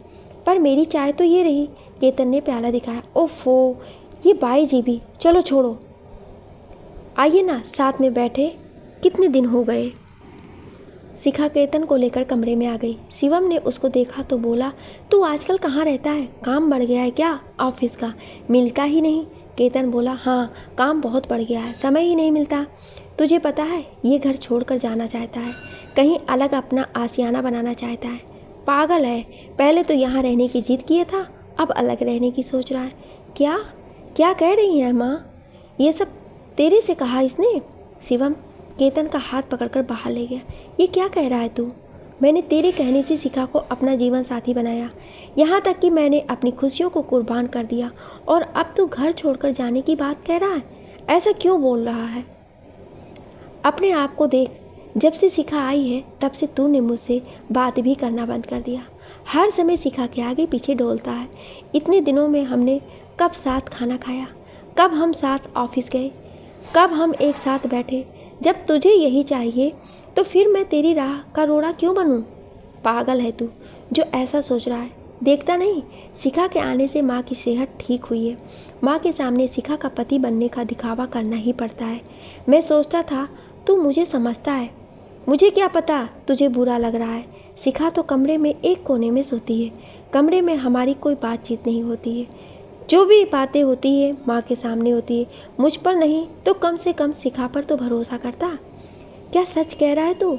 मैं भ्रम में पड़ गया था। मैंने सोचा कि अब तेरा टेस्ट बदल गया है और तू शिखा को अपनी पत्नी मान रहा है, इसलिए मैं यहाँ से जाना चाहता था। तू मान या ना मान, शिखा तो मेरी पत्नी बन चुकी है और वो तेरे और माँ के कारण बनी है। मैं उसे पति का सुख तो नहीं दे सकता, लेकिन एक अच्छा दोस्त बनकर खुश तो रख सकता हूँ। और अगर इसमें कोई बुराई है तो मैं शिखा से बात करना बंद कर दूँगा। अरे नहीं नहीं, ऐसा मत करना। माँ को संदेह हुआ तो उनकी तबीयत बिगड़ जाएगी। लेकिन होने को कुछ और ही मंजूर था। विवाह के 2 महीने पश्चात रेखा की हालत बिगड़ने लगी। उसे अस्पताल ले जाया गया। डॉक्टरों ने जवाब दे दिया, कहा अब घर पर ही इनकी देखभाल करो, अब हमारे हाथ में कुछ भी नहीं है। उधर शिखा के चाचा जी भी बहुत बीमार थे। वो उनसे मिलने गई हुई थी। उन्हें लंग इन्फेक्शन हुआ था। 2 दिन अस्पताल में भर्ती रहे। आज सुबह ही उनका देहांत हो गया था। शिवम ने केतन को वहाँ भेज दिया था। रेखा को ये पता चला तो उसने शिवम को भी वहाँ जाने को कहा। शिखा बहुत उदास थी। शिवम को देख खुद को रोक ना सकी। उसके गले लगकर फूट फूट कर रोने लगी। शिवम उसकी पीठ सहलाता रहा। थोड़ी देर बाद जब शांत हुई तो माँ के बारे में पूछने लगी। शिवम ने झूठ बोल दिया कि सब ठीक है। शिवम शिखा को वहीं छोड़कर घर आ गया। शिखा ने कहा था कि वो माँ से मिलने आती रहेगी। शिवम सुन, अब तो 15 दिन हो गए। शिवा को लिवा ला, उसके बिना घर बड़ा सूना लगता है। ठीक है माँ, शाम को जाकर ले आऊँगा। तभी कोई गाड़ी दरवाजे पर आकर रुकी। शिवम ने उठकर देखा तो शिखा थी। टैक्सी से अपना सामान उतार रही थी। शिवम ने जाकर उसका सामान ले लिया। बड़ी थकी थकी लग रही थी। तबीयत तो ठीक है ना तुम्हारी? हाँ तबीयत तो ठीक है, बहुत बुरा लग रहा है। अब मेरा पीहर नहीं बचा। भैया भाभी को ऐसा लग रहा था जैसे मैं वहीं रहने वाली हूँ। इतने दिन में उन्होंने कई बार ये जताया कि वो घर अब मेरा नहीं है और अब मैं कभी वहाँ नहीं जाऊँगी। तुम्हें वहाँ जाने की क्या ज़रूरत है? ये घर तुम्हारा है और तुम्हारा ही रहेगा। तुम्हें यहाँ से जाने की क्या ज़रूरत है? शिखा चुपचाप अंदर आ गई। हाथ धोकर वो माँ के कमरे में चली गई। माँ ने उसे अपने पास बिठा लिया और उसके सिर पर हाथ फेरने लगी। माँ की स्थिति देख शिखा घबरा गई। उसने शिवम से पूछा, ये माँ इतनी कमज़ोर क्यों लग रही है? कुछ नहीं, शायद तुम्हारी चिंता कर रही थी इसलिए तुम्हें ऐसी लग रही है। थोड़ी देर में माँ के पास बैठ शिखा अपना सामान लेकर कमरे में चली गई। पीछे पीछे शिवम भी आ गया। सच सच बताओ, माँ इतनी कमज़ोर क्यों लग रही है? शिवम ने शिखा का हाथ अपने हाथ में लिया और बोला, माँ के पास समय नहीं है, वो कभी भी जा सकती है। ये क्या कह रहे हो? अभी चाचा जी को खोया और अब माँ को भी? कह दो ये झूठ है। शिखा की आंखों में आंसू छलक उठे।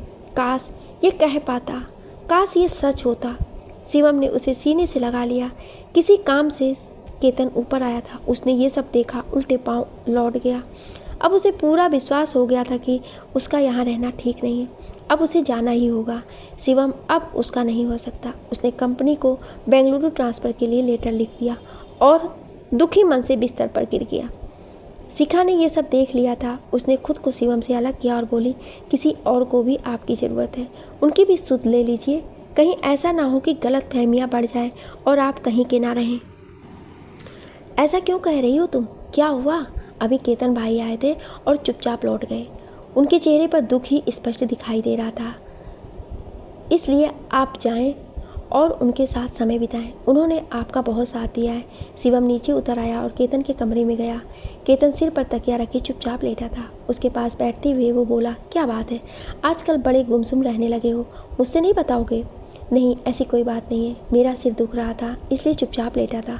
लाओ मैं तुम्हारा सिर दबा दूँ। नहीं रहने दो, तुम जाओ, माँ को तुम्हारी ज़रूरत होगी। ये क्या, जब मैं बात करता हूँ तो तुम मुझे माँ के पास जाने की बात कहकर चुप करा देते हो और ख़ुद मुझसे बात नहीं करना चाहते। क्या करूँ, हर समय तुमसे चिपका रहूँ और तुम्हारे आगे पीछे घूमता रहूँ? शिवम को गुस्सा आ गया। अब तुम्हारी अपनी ज़िंदगी है, मुझे तुम अकेला छोड़ दो। ऐसा कहकर केतन ने मुख मोड़ लिया। शिवम भी वहाँ से उठकर चला गया। संवादहीनता बढ़ती जा रही थी। इसी तरह 10 दिन बीत गए। शिखा माँ के कमरे में ही सोने लगी थी। अब माँ अधिकतर आंखें बंद किए पड़ी रहती। आज सुबह शिखा उठकर माँ के लिए चाय लेने गई। चाय लाकर उसने माँ को उठाया लेकिन माँ नहीं उठी। एक दर्द भरी चीख पूरे घर में गूंज उठी। केतन और शिवम दौड़कर माँ के कमरे में आए। माँ अपनी अंतिम यात्रा पर जा चुकी थी। शिवम का रो रोकर बुरा हाल था। केतन उसे चुप करा रहा था। माँ की अंतिम यात्रा की तैयारियां केतन ने ही की और उनकी पार्थिव देह पंचतत्व में विलीन हो गई। घर में सन्नाटा छा गया था। कोई किसी से बात नहीं करता। आज माँ का 12वां भी हो गया। तीनों खाने की मेज पर चुपचाप बैठे थे। अचानक केतन ने शिवम को अपने बेंगलुरु ट्रांसफ़र का ऑर्डर पकड़ा दिया। शिवम ने उसे पढ़ा और प्रश्नवाचक नज़रों से केतन की तरफ देखा और चुपचाप उठकर चला गया। शिखा ने वो कागज़ लेकर पढ़ा और प्रश्नवाचक नज़रों से केतन की ओर देखा। वो चुपचाप खाना खा रहा था। शिखा से ये सन्नाटा सहन नहीं हो रहा था। वो नहीं चाहती थी कि इनकी प्रेम कहानी में वो रोड़ा बने। सब अपनी अपनी जगह सही सोच रहे थे लेकिन समस्या जस की तस थी। शिखा इसी भ्रम में थी कि उसके मन में शिवम के लिए प्यार जैसी फीलिंग नहीं थी, पर उसके साथ रहकर वो उसे सबसे अच्छा दोस्त मान बैठी थी। वो खुद भी नहीं जानती थी कि उसके मन में क्या है। वो माँ के कमरे में चली गई। माँ, आप ही रास्ता दिखाओ, मुझे कुछ समझ नहीं आ रहा है। शिवम कमरे से बाहर नहीं निकला। शिखा ने दरवाज़ा बजाया, कई बार बजाया। उसने केतन से भी जाकर कहा, शिवम दरवाज़ा नहीं खोल रहा है। केतन ने भी अनसुनी कर दी। सुबह शिखा उठकर स्कूल के लिए निकल गई। छुट्टी के बाद वो अपनी सहेली के साथ उसके हॉस्टल चली गई। कामकाजी बेघर स्त्रियों और लड़कियों के लिए यह हॉस्टल था। उसने अपनी सहेली से बात कर ली कि वो अब यहीं रहेगी। वो उसे वार्डन के पास ले गई। सारी फॉर्मेलिटीज़ पूरी करके वो घर आई। घर पर ताला लगा था। वो सुबह ही एक चाबी अपने साथ लेकर निकली थी। शिवम के कमरे में जाकर उसने अपना सामान समेटा, माँ के कमरे में जाकर माँ की तस्वीर को प्रणाम किया और चुपचाप ताला लगाकर वो हॉस्टल चली आई। शाम को दोनों घर आए। ताला लगा देख दोनों का माथा ठनक गया। दोनों ने प्रश्नवाचक निगाहों से एक दूसरे को देखा। शिवम शिखा को फ़ोन करने लगा। फ़ोन स्विच ऑफ आ रहा था। अब तो दोनों को ही उसकी चिंता हो गई, कहाँ जाए, कहाँ गई होगी। शायद भैया भाभी के पास चली गई हो। घर का ताला खोल दोनों अंदर आए। डाइनिंग टेबल पर एक नोट रखा हुआ था। मैं अपनी सहेली के घर जा रही हूँ, कुछ दिन मैं वहीं रहूँगी, मेरी चिंता मत करना। बाई जी आ गई थी, वो खाना बनाकर रख गई। दोनों अपने अपने कमरे में थे। कौन किसको कहे खाना खाने के लिए। रात के 9 बज गए। आखिरकार केतन कमरे से निकला। उसने खाना मेज पर लगा दिया और शिवम को बुलाने उसके कमरे में गया। शिवम ने केतन का हाथ पकड़ लिया। मुझसे ऐसी क्या गलती हुई है जो तुम बेंगलुरु जा रहे हो? मैं तुम्हारे बिना नहीं रह सकता। छोड़ उस बात को। तूने सोचा है शिखा का क्या होगा? लेकिन ये तो पहले ही तय हो गया था कि ये शादी नाम मात्र की होगी। अब तो माँ भी चली गई, तू भी चला जाएगा, मैं अकेला रह जाऊँगा। मत जा, सोच लूँगा। चल अभी खाना खा। दोनों नीचे आ गए। खाना खाकर शिवम केतन के कमरे में ही आ गया और उसकी गोद में सिर रखकर लेट गया। अब मुझसे बर्दाश्त नहीं होता। हम शिखा के लिए कोई लड़का ढूंढ लेंगे और उसकी शादी करा देंगे। तू बस मेरे साथ रहे। अब हम कभी अलग नहीं होंगे। भावावेश में वो अपने मन की बातें कहे जा रहा था। केतन का मन भी पिघल रहा था, पर वो जाहिर नहीं कर रहा था। उस दिन दोनों एक ही साथ सोए। जमीन बर्फ धीरे धीरे पिघल रही थी। सुबह दोनों का मूड काफ़ी ठीक था। शिवम ने चाय बनाई। अब आगे क्या? तुझे तो बेंगलोर जाना पड़ेगा, तो तू भी चल। यहाँ क्या करेगा? यार ये तो स्वार्थ पूरा करने वाली बात हुई। हम ऐसे ही शिखा को छोड़कर तो नहीं जा सकते। सब उसे मेरी पत्नी के रूप में जानते हैं। उसका जीना मुश्किल हो जाएगा। उसका भी तो कोई नहीं है। हाँ, बात तो तू ठीक कह रहा है। चल वो आ जाए, फिर सोचते हैं क्या करना है। लेकिन शिखा को ना आना था और ना वो आने के लिए गई थी। ये शिवम को कमरे को ध्यान से देखने पर पता चला। उसका कोई सामान वहाँ नहीं था। वो दौड़ कर नीचे आया। वो चली गई हमेशा के लिए। उसका सामान भी नहीं है। उसने अपना वादा पूरा कर दिया। किसका सामान? शिखा का। कहाँ गई होगी? चल उसके स्कूल चलते हैं, वहाँ तो आई होगी। हाँ हाँ कहते हुए दोनों घर से स्कूल के लिए निकल पड़े। अंदर जाकर ऑफिस में शिखा के लिए पूछा। थोड़ी देर में शिखा आती हुई दिखाई दी। अरे आप लोग यहाँ? मैंने कहा था ना कि अच्छा चलो कैंटीन में चलते हैं। सर मुझे अभी कोई काम नहीं है, 10 मिनट में आती हूँ, कहकर तीनों कैंटीन पहुँचे। शिखा उन्हें देख बड़ी खुश थी। त्रिकोण ही सही, एक प्यारा सा बंधन तीनों को बांधे जो था। तुम सामान भी ले आई? ऐसे कोई जाता है क्या? केतन बोला। बस अब मैं आज़ाद हूँ। आप दोनों के बीच में मेरा क्या काम? शिखा खिलखिलाकर हंस पड़ी। सुनो, घर आ जाओ। कोई भी किसी के बीच में नहीं है। तुमने मुझे भाई कहा है तो मेरी बात मान लो, केतन बोला। उसने शिवम को कोहनी मारी। तू भी तो कुछ बोल। मैं क्या बोल सकता हूँ? फिर भी शिखा, वो घर तुम्हारा है, तुम वहीं रहो। नहीं, मैंने 1 महीने का एडवांस दे दिया है, उसके बाद सोचूंगी। तब तक मेरे कारण जो दूरियां आप दोनों के बीच आ गई हैं उन्हें मिटाइए। सच्चा प्यार बड़ी मुश्किल से मिलता है, उसे छोटी छोटी बातों से यूं नहीं मिटाना चाहिए। वादा करती हूँ जब आप दोनों पहले की तरह हंसते मुस्कुराते आएंगे तब मैं अवश्य वापस आऊँगी। और हाँ केतन भाई, बेंगलोर मत जाइएगा, ठीक है? मैं चलती हूँ, मेरी क्लास है। दोनों उसे जाते देखते रहे। केतन ने दूसरी जॉब ढूंढनी शुरू कर दी। धीरे धीरे उनका रिश्ता सामान्य होने लगा। अब दोनों साथ थे। केतन कुशल पत्नी की तरह शिवम का ख्याल रखता। दोनों बहुत खुश थे। शिखा की याद दोनों को सताती थी। उसकी जिंदा दिली को याद करते।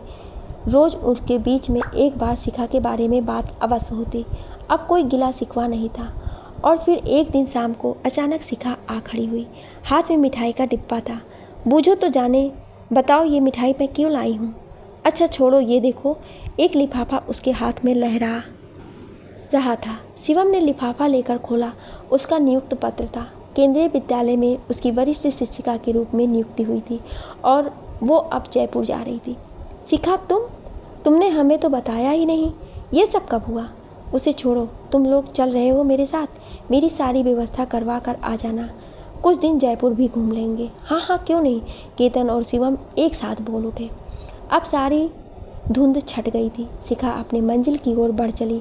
उसके मुख पर कहीं भी दुख या पश्चाताप का कोई निशान नहीं था। हम सदा अच्छे दोस्त रहेंगे, कभी भी एक दूसरे से कुछ नहीं छिपाएंगे। शिखा, तुम्हारा जब भी मिलने का मन करे अपने घर जरूर आना। मेरी पत्नी ना सही, तुम माँ की प्यारी बेटी हो। बेटी को माँ का घर नहीं छोड़ना चाहिए। और हाँ प्यारी बहना, मुझे माफ़ कर देना जो मैंने तुम्हारे बारे में गलत सोचा। अपने भाई को कभी मत भुलाना, नहीं तो ये लगेगा कि तुमने मुझे माफ़ नहीं किया। चलो छोड़ो बीती बातें, कल जयपुर चलते हैं और एक नई शुरुआत करते हैं। दोनों से गले मिलकर वो चली गई। दोनों उसे जाते देखते रहे। भ्रांतियाँ मिट चली थी। नवल सवेरा तीनों की राह ताक रहा था। इससे ज़्यादा सुखद क्या हो सकता था। केतन ने शिवम को गले लगा लिया। देरी के लिए क्षमा प्रार्थी। शिखा चली तो आई, लेकिन मन में कुछ कसक रहा था। आखिर समाज में वो शिवम की पत्नी के रूप में ही जानी जाती थी। मिलने जुलने वाले, यहाँ तक कि स्कूल में भी लोग कानाफूसी कर लेते थे। शिखा सब समझती थी, पर लोगों को बोलने या सोचने से तो रोका नहीं जा सकता था। उसने हॉस्टल क्यों चुना ये तो वही जानती थी, इसलिए उसने नोएडा छोड़ने का निर्णय लिया था। केंद्रीय विद्यालय में वैकेंसी निकली थी। उसने भी सोचा कि कोशिश करने में क्या जाता है। अगर सिलेक्शन हो गया तो जयपुर चली जाएगी। लोगों के मुंह तो बंद होंगे। कमरे में पहुंचकर उसने तकिए के नीचे से एक तस्वीर निकाली। ये उसके और शिवम के विवाह की तस्वीर थी। वह एकटक तस्वीर देख रही थी। आंखों की कोरों पर आंसू की बूंदें झिलमिल कर रही थी। मन में कुछ टूट रहा था। एक आह भरकर उसने शिवम की फ़ोटो पर बड़े प्यार से हाथ फेरा। वो मनी मन शिवम को चाहने लगी थी। क्या उसे मेरी बिल्कुल याद नहीं आती? उसे मेरे साथ बिताया समय भी याद नहीं? वो बिस्तर पर गिर गई। क्या किस्मत है मेरी। ना जाने कैसी कैसी बातें उसके मन में आ रही थी। आखिर में उसका सिर दर्द से फटने लगा। वो सिर झटक कर उठ खड़ी हुई। क्या फालतू की बातें सोच रही हूँ। ये निर्णय तो मेरा ही था, अब पछतावा क्यों। कल की सोच शिखा, कल की। नया सवेरा तेरी राह देख रहा है, वो खुद को समझा रही थी। कहीं दूर एक गाना बज रहा था।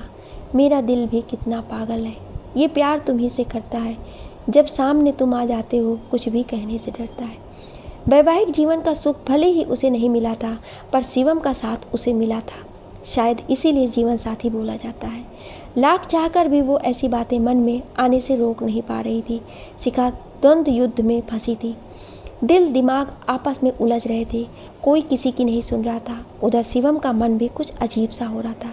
शिखा के अचानक आने से उसे बड़ी खुशी हुई थी और उसके जाने से उतना ही दुख। अब वो यहाँ से चली जाएगी। माँ कहीं से देख रही होंगी तो कितनी दुखी होंगी। शिखा उनके लिए बेटी जैसी थी और मैंने उसे घर से यूं ही जाने दिया। लोगों की बातें शिवम से भी छिपी नहीं थी। ऑफिस में भी लोग पूछ ही लेते, झगड़ा हो गया है क्या भाभी जी से। कुछ लोग नसीहत देते, पति पत्नी के बीच तो ये सब होता ही रहता है। कोई ऐसे घर छोड़कर जाता है क्या। जितने मुंह उतनी बातें। क्या शिखा को भी ये सब सुनना पड़ता होगा। सुनना पड़ता होगा। कहीं इसलिए तो वो नोएडा नहीं छोड़ रही है। शिवम सोच में पड़ा था। उसे इस तरह से गुमसुम देख केतन ने उसके गाल पर हल्की सी चपत मारी। कहाँ खोए हो मेरे यार। कुछ नहीं, बस ऐसे ही। चल बहुत लेट हो गया, खाना खाते हैं। नहीं नहीं, अपनी बात हुई थी कि हम आपस में कुछ नहीं छुपाएंगे। बताना क्या बात है। मैं तुझे बहुत अच्छे से जानता हूँ। अरे सुन, एक बात तो मैं तुझे बताना ही भूल गया। कल बाजार में शिखा का चचेरा भाई मिल गया था। शिखा के बारे में पूछ रहा था। क्या पूछ रहा था। बस यही कि शिखा हॉस्टल में क्यों रह रही है। तूने क्या कहा। मैंने कहा मुझे तो कुछ नहीं पता, शायद पढ़ाई के लिए गई है। तो कहने लगा अच्छा हुआ कि चली गई। वो जहाँ रहती है वहाँ बुरा ही होता है। कैसा भाई है। बहन है उसकी, चचेरी ही सही, पर हम भी तो वैसे ही हैं। हमने भी तो कुछ नहीं सोचा, कहकर शिवम खाने की मेज़ पर जा बैठा। क्या कहा तूने। हम भी वैसे हैं। फिर कुछ सोचकर धीमे से केतन बोला, बात तो तेरी सही है यार, हमने भी तो एक बार भी उसकी खबर नहीं ली। बस स्कूल में बात करके आ गए थे। ये सब मेरे कारण हुआ है। ना मेरे मन में संदेह आता, ना ही शिखा को घर छोड़कर जाना पड़ता। चुप कर, अब इन बातों का कोई फ़ायदा नहीं। अब तो वो जा रही है हमसे दूर, इसी में उसकी भलाई है। बेचारी को पता नहीं कितनी बातें सुननी पड़ी होंगी। ऐसे क्यों बोल रहा है। मुझे पता होता तो क्या मैं ऐसा करता क्या। मैं तुझे प्यार करता हूँ। तुझे खोने का डर मुझ पर हावी हो गया था तो मैं क्या करता। तुझे मुझ पर तो विश्वास करना चाहिए था, लेकिन अब हम बहस क्यों कर रहे हैं? अब तो कुछ बदला नहीं जा सकता है। तू अपना और मेरा दिमाग खराब मत कर। शिखा के साथ जयपुर चलना हो तो बता। हाँ देखता हूँ, अगर छुट्टी मिल गई तो। तू जा रहा है? इतनी हेल्प तो बनती है उसकी। उसने माँ के लिए कितना कुछ किया है बिना किसी स्वार्थ के, और तूने तो उसे अपनी बहन माना है। केतन कुछ नहीं बोला। शिखा के लिए वो भी कुछ करना चाहता था, पर शिवम का ख्याल आते ही उसके मन में अनजाना डर आ जाता था कि कहीं शिखा ने शिवम को छीन लिया तो।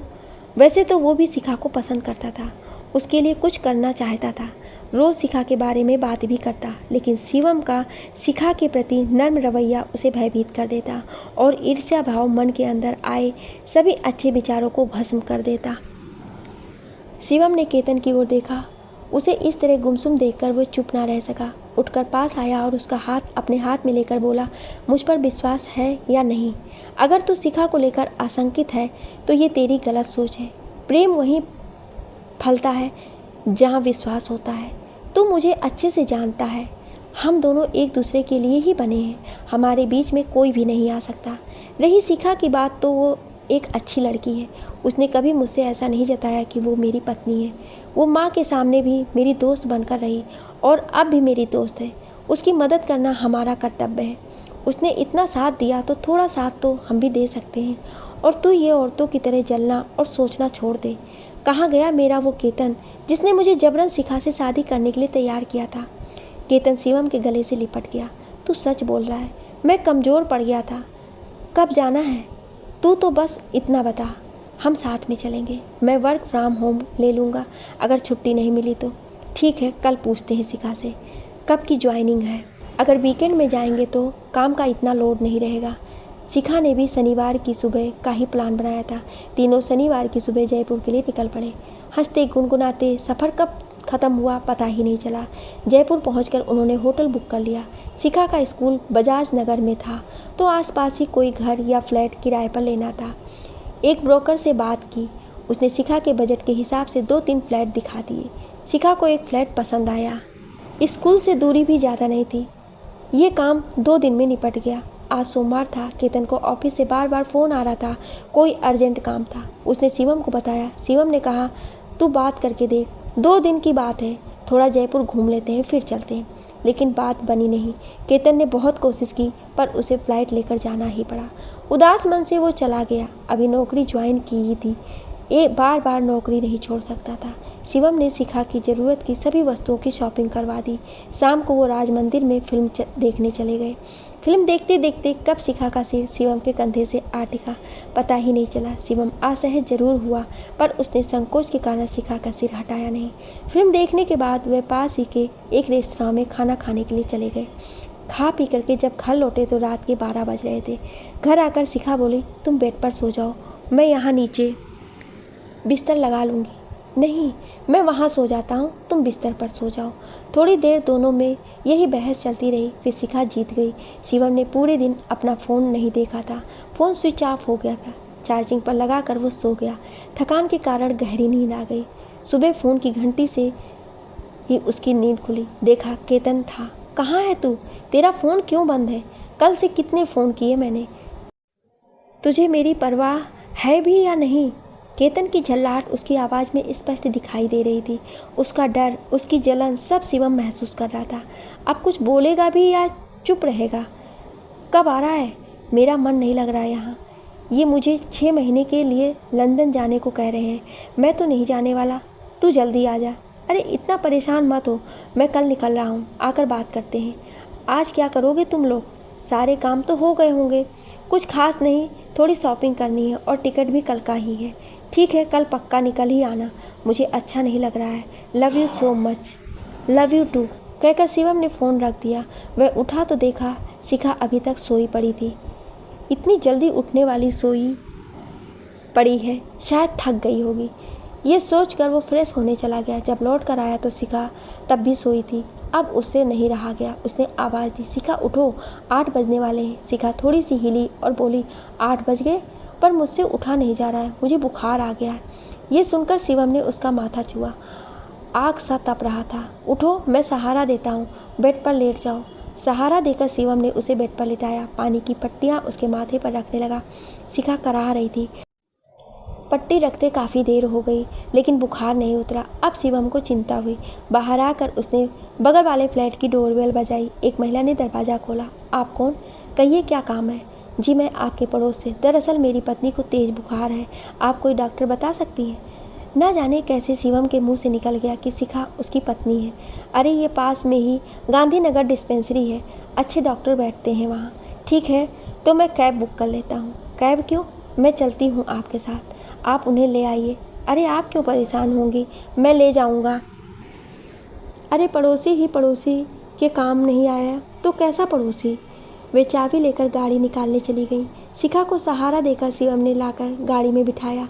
डॉक्टर को दिखाया तो वो बोले वैसे तो वायरल ही लग रहा है, लेकिन यदि 3 दिन में नहीं उतरा और कोई परेशानी दिखाई तो फिर टेस्ट करेंगे। शिवम शिखा को घर ले आया। पड़ोस वाली महिला जिनका नाम रमा था वह दलिया बनाकर दे गई। शिखा ने 2-4 चम्मच खाकर दवा ले ली। शिवम ने अपना टिकट कैंसिल करा दिया। ऐसी हालत में उस शिखा को कैसे छोड़कर जा सकता था? उसे मालूम था कि वो नहीं पहुंचा तो केतन अपने आपे में नहीं रहेगा। शिखा का बुखार कुछ हल्का हो गया था। वो शिवम के चेहरे की ओर देख रही थी। तुम चले जाओ, मैं ठीक हो जाऊंगी। केतन भाई परेशान होंगे। नहीं जाओगे तो उन्हें बुरा लगेगा। कैसी बातें करती हो? ऐसी हालत में तुम्हें छोड़ जाऊंगा तो मेरा मन लगेगा वहाँ? तुम कुछ मत सोचो, मैं सब संभाल लूँगा, आराम करो। मैं थोड़ा मार्केट जाकर फल वगैरह ले आता हूँ। शिवम उठा जाने के लिए तो शिखा ने उसका हाथ पकड़ लिया। थैंक्स मेरा इतना ध्यान रखने के लिए। आंखों से आंसू बहकर गालों पर लुढ़कने लगे। इतना ध्यान मेरा कभी किसी ने नहीं रखा। शिवम बिस्तर पर बैठकर उसके आंसू पोंछने लगा। चुप हो जाओ, मैं हमेशा तुम्हारे साथ हूँ। तबीयत बिगड़ जाएगी तुम्हारी। कहते हुए उसने शिखा का सिर सहलाना शुरू कर दिया। शिखा आंखें बंद कर इस स्पर्श को, इस स्नेह को अपनी आत्मा में उतारने लगी।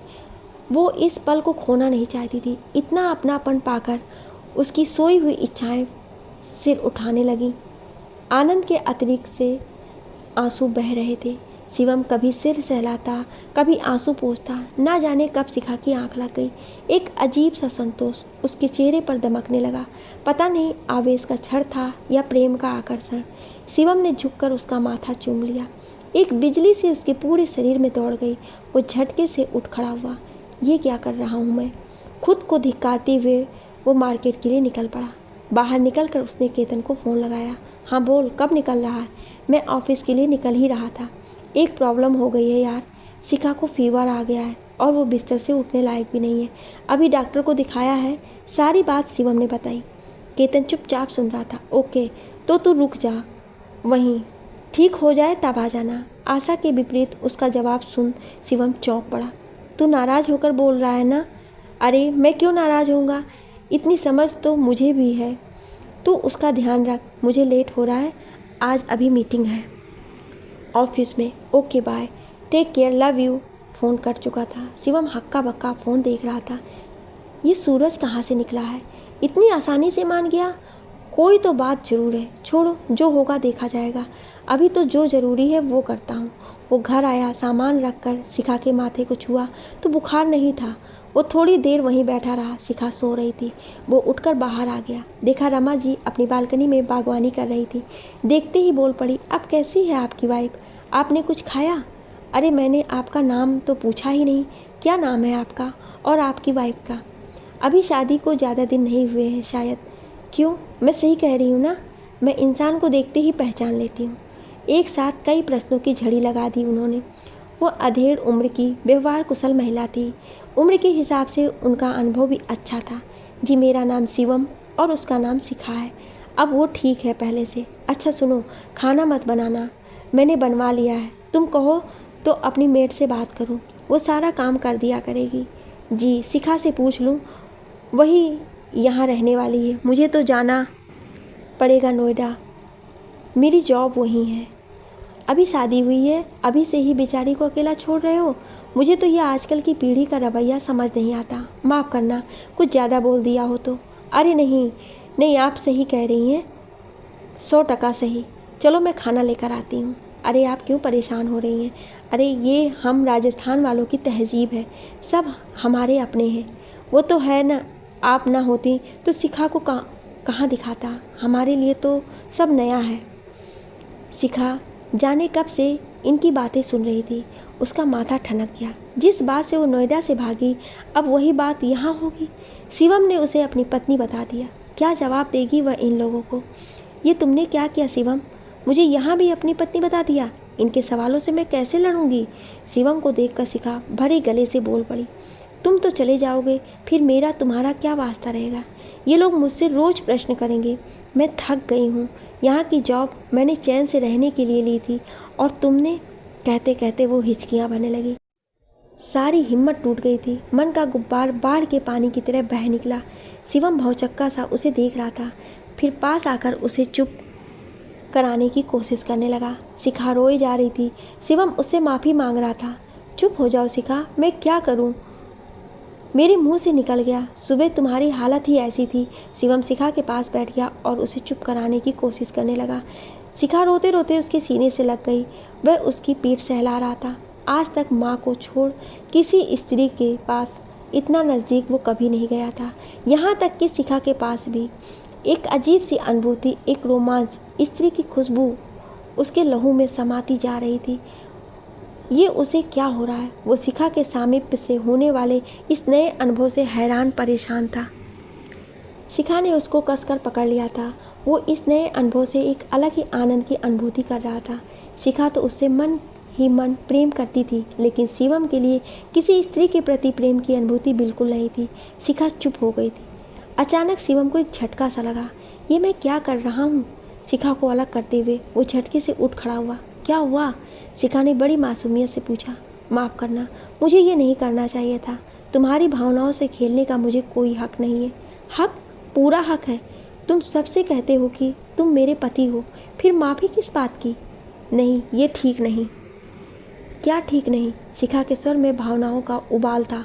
तुमने मुझे अपनी पत्नी माना है, तो मुझे भी मेरा हक चाहिए। हक? कैसा हक? हमारे बीच तो हक जैसी कोई बात नहीं थी। शिखा, ये तुम क्या कह रही हो? ये सही नहीं है। मैं केतन को अपना सब कुछ मान चुका हूँ। उसे धोखा नहीं दे सकता। धोखा? कैसा? मैं तुमसे ज़्यादा कुछ नहीं मांग रही। मैं तो यहाँ चली आई थी इस सब से बचने के लिए। तुमने ही यहाँ सबको बता दिया। अब मेरी भावनाओं को ऐसे तो ना ठुकराओ। मैं कब मना कर रहा हूँ? तुम इतनी परेशान मत हो। आखिर हूँ तो तुम्हारा पति ही। तुम जब कहोगी मैं मिलने आ जाऊँगा। तुम्हें किसी से भी ये छुपाने की ज़रूरत नहीं है कि हम दोनों के बीच में क्या रिश्ता है। तुम अब मेरी पत्नी हो, भले ही हम उस मुकाम तक नहीं पहुँचे हैं। तभी दरवाजे पर दस्तक हुई। रमा जी खाना लेकर आ गई थी। कैसी हो शिखा? भाई, तुम्हारे पति देव तो व्याकुल हो गए थे। बहुत प्यार करते हैं तुमसे। अभी नई नई शादी है ना। और ये क्या? ये नोएडा जा रहे हैं? तुम यहाँ अकेली रह लोगी? तुम्हें साथ रहना चाहिए। ये समय ही तो है जो तुम साथ बिता सकते हो। एक बार बच्चे हो गए तो बस जिम्मेदारियाँ घेर लेंगी। वह बोले जा रही थी। शिवम ने इस बात की कल्पना भी नहीं की थी कि वे इतना कुछ कहेंगी। शिखा चुपचाप सुन रही थी। रमा जी की बातें उसकी हृदय में कील की तरह धंस रही थी। एक पत्नी के दायित्व से रमा जी उसे परिचित करा रही थी। उनकी बातों से शिखा के मन में तूफान मच गया था। चलो खाना खाओ दोनों, आ भी जाओ। मैंने ऐसा तो कुछ भी नहीं कहा कि तुम दोनों बिल्कुल चुप हो गए। कहीं मुझे धोखा तो नहीं दे रहे हो तुम लोग? आजकल लड़के लड़कियों का कोई भरोसा नहीं। सच बताओ, तुम लोग वास्तव में पति पत्नी हो या झूठ बोल रहे हो? अक्सर सोसाइटी में फ्लैट लेने के लिए लोग ऐसे झूठ बोलते हैं। चुभती नज़रों से वह दोनों को देख रही थी। अरे आप ये क्या कह रही हैं? हम भला झूठ क्यों बोलेंगे? शिखा मेरी पत्नी है, इसका सबूत दिखाऊं क्या आपको? अरे तुम तो बुरा मान गए। मैं तो मजाक कर रही थी। ऐसा पहले हो चुका है यहाँ पर, और जब मैं आई तो तुम लोग ऐसे दिख रहे थे जैसे तुम्हारे बीच झगड़ा हुआ हो, बस इसलिए। नहीं नहीं, आपकी बात सच है। इस बात शिखा बोली। दरअसल ये जा रहे हैं, बस इसी बात पर थोड़ी नोक झोंक हो गई थी। तो ठीक है ना, अब तुम यहाँ अकेली रहोगी तो हर वीकेंड इसको यहाँ आना चाहिए, नहीं तो रिश्ता कैसे गहरा होगा। क्यों शिवम, सही कहा मैंने? शिवम को लग रहा था कि उसने अपने ही पैरों पर कुल्हाड़ी मार ली है। ये रमा जी तो बड़ी ही तेज़ निकली। अब ये शिखा को रोज़ ही कोई ना कोई ऐसी बात बोलती ही रहेंगी। अरे जवाब नहीं दिया तुमने? कहाँ खोए हो शिवम? अच्छा तो मैं चलती हूँ। अरे शिखा, मेड की ज़रूरत हो तो बताना, और भी कुछ काम हो तो निसंकोच बोलना। आखिर पड़ोसी होते किस लिए हैं? शिखा के मन में तूफान उठाकर रमा जी चली गईं। शिवम बाहर निकल आया था। थोड़ी देर खुली हवा में सांस लेना चाहता था। उसे केतन की याद आ रही थी। अपनी परेशानी वह केतन को बताना चाहता था, इसलिए उसने केतन को फ़ोन लगा दिया। कैसा है तू? शिखा की तबीयत अब कैसी है? कब निकल रहा है तू? फ़ोन उठाते ही उसने प्रश्नों की झड़ी लगा दी। पहले से ठीक है और हो सकता है मैं परसों दोपहर तक पहुंच जाऊंगा। तेरे लंदन जाने का क्या हुआ? मैंने मना कर दिया। मैं तेरे बिना कहीं नहीं जाऊंगा। तू आ जा, ये घर बड़ा सूना लगता है। परसों मिलते हैं, ओके? तू परेशान है क्या किसी बात को लेकर? इतना थका थका क्यों बोल रहा है? नहीं नहीं, बस ऐसे ही। चल रखता हूँ phone. Bye, take care, love you. Phone cut गया। शिवम घर की ओर चल पड़ा। शिखा चुपचाप लेटी हुई थी। शिवम चुपचाप आकर ज़मीन पर अपना बिस्तर लगाने लगा। शिखा ने उसे पलट कर भी नहीं देखा। उसने भी कुछ नहीं कहा। वो लेट गया। उन दोनों में से उस रात कोई बात नहीं हुई। सुबह शिखा स्कूल जाने के लिए तैयार हो रही थी, तब शिवम ने उससे पूछा, मैं कल चला जाऊं? अब तो तुम ठीक हो। मैं ये बताने वाली कौन होती हूँ? तुम्हें बस अपने सुख दिखाई देते हैं। मेरे त्याग का तुमने उपहास बना दिया। कितनी जिल्लत सही थी मैंने नोएडा में, पर मैंने तुमसे कुछ नहीं कहा। यहाँ चली आई कि चलो यहाँ मैं चैन से जी पाऊँगी, पर कहते कहते उसका गला भर गया। तुम क्या जानो स्त्री की पीड़ा, स्त्री जो नहीं हो। कहती हुई शिखा चली गई। शिवम उसे जाते देखता रहा। वो धर्म संकट में फंस गया था। शिखा को लेकर जो भावनाएं मन में जागी थी वो उसे बेचैन कर रही थी। आखिर वो करे तो क्या करे। सुबह शिखा स्कूल जाने के लिए तैयार हो रही थी, तब शिवम ने उससे पूछा, मैं कल चला जाऊं? अब तो तुम ठीक हो। शिखा के जाने के बाद शिवम ने घर एक सा किया। कुछ सामान अभी भी पैक पड़ा था। उसने सोचा चलो खाली समय का सदुपयोग करते हैं, इसे जमा देते हैं। कुछ किताबें, कुछ तस्वीरें और कुछ सजावट का सामान था। वो किताबें देखने लगा। बड़ी अच्छी किताबें थी। अचानक उसकी नज़र एक डायरी पर पड़ी। उसने डायरी उठाई। शिखा ने अपने जीवन की कहानी जैसे उसमें लिखी थी वो पढ़ रहा था, और पढ़ते पढ़ते जैसे उसमें डूबा जा रहा था। उसे समय का पता ही नहीं चला। 2 घंटे कैसे निकल गए। फिर अपने नाम को डायरी में पढ़कर वो चौंक पड़ा। शिखा के जज्बात, उसके प्रेम से एक एक शब्द जैसे जीवंत हो उठा था। दिल बड़ी जोर से धक धक करने लगा था। शिखा के लिए मन में प्रेम हिलोरे मारने लगा था। ये लड़की कितना चाहती है मुझे, और मैं सिर्फ अपना स्वार्थ देख रहा हूँ। मन में तूफान उमड़ रहा था। उसने सारा सामान सहेज दिया। देखा तो उसकी ओर शिखा की तस्वीर भी थी, जिसमें शिखा ने एक कोने पर लिख रखा था, जन्म जन्म का साथ। समय कब बीत गया पता ही नहीं चला। शिखा वापस भी आ गई थी। उसने शिखा की ओर देखते हुए पूछा, कैसा रहा आज का दिन? शिखा ने मुंह फेर लिया और किचन में चली गई। क्या कर रही हो? चाय मैं बनाता हूँ, तुम बैठो। शिखा ने अनसुनी कर दी और चाय चढ़ाकर सब्जियाँ देखने लगी बनाने के लिए। शिवम उसके करीब आया और हाथ पकड़कर बोला, मैंने कहा ना चाय मैं बनाता हूँ और खाना नहीं बनेगा, हम बाहर जा रहे हैं। शिखा फिर भी ना बोली, हाथ झटक कर बाहर चली गई। शिवम चाय बनाकर ले आया। उसने चाय शिखा के सामने रखी। शिखा ने उसकी ओर देखा भी नहीं। नाराज़ हो मुझसे? चलो अब माफ़ भी कर दो। शिखा चुपचाप चाय पी रही थी। उसने शिवम की बात का जवाब नहीं दिया, बल्कि मुंह फेर लिया। अच्छा चलो इस बार माफ़ कर दो।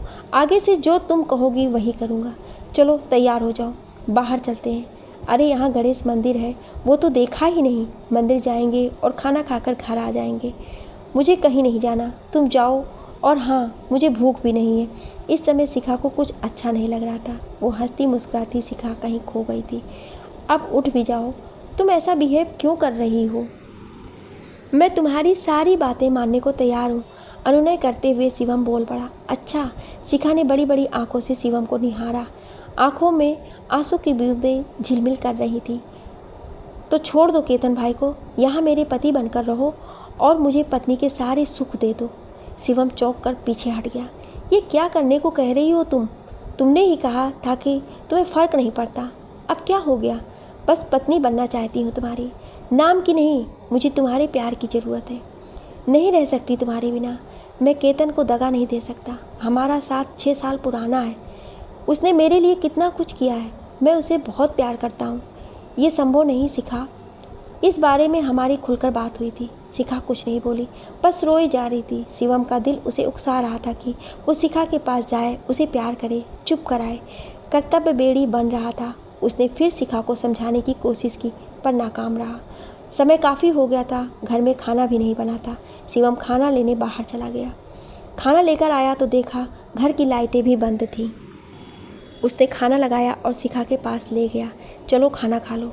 तुम नहीं खाओगी तो मैं भी नहीं खाऊंगा। शिखा उठ गई। रोते रोते आंखें सूज गई थी। उसका उतरा उदास चेहरा देख शिवम का कलेजा कांप गया।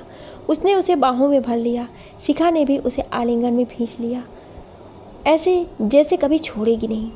शिखा अपने होश खो बैठी थी।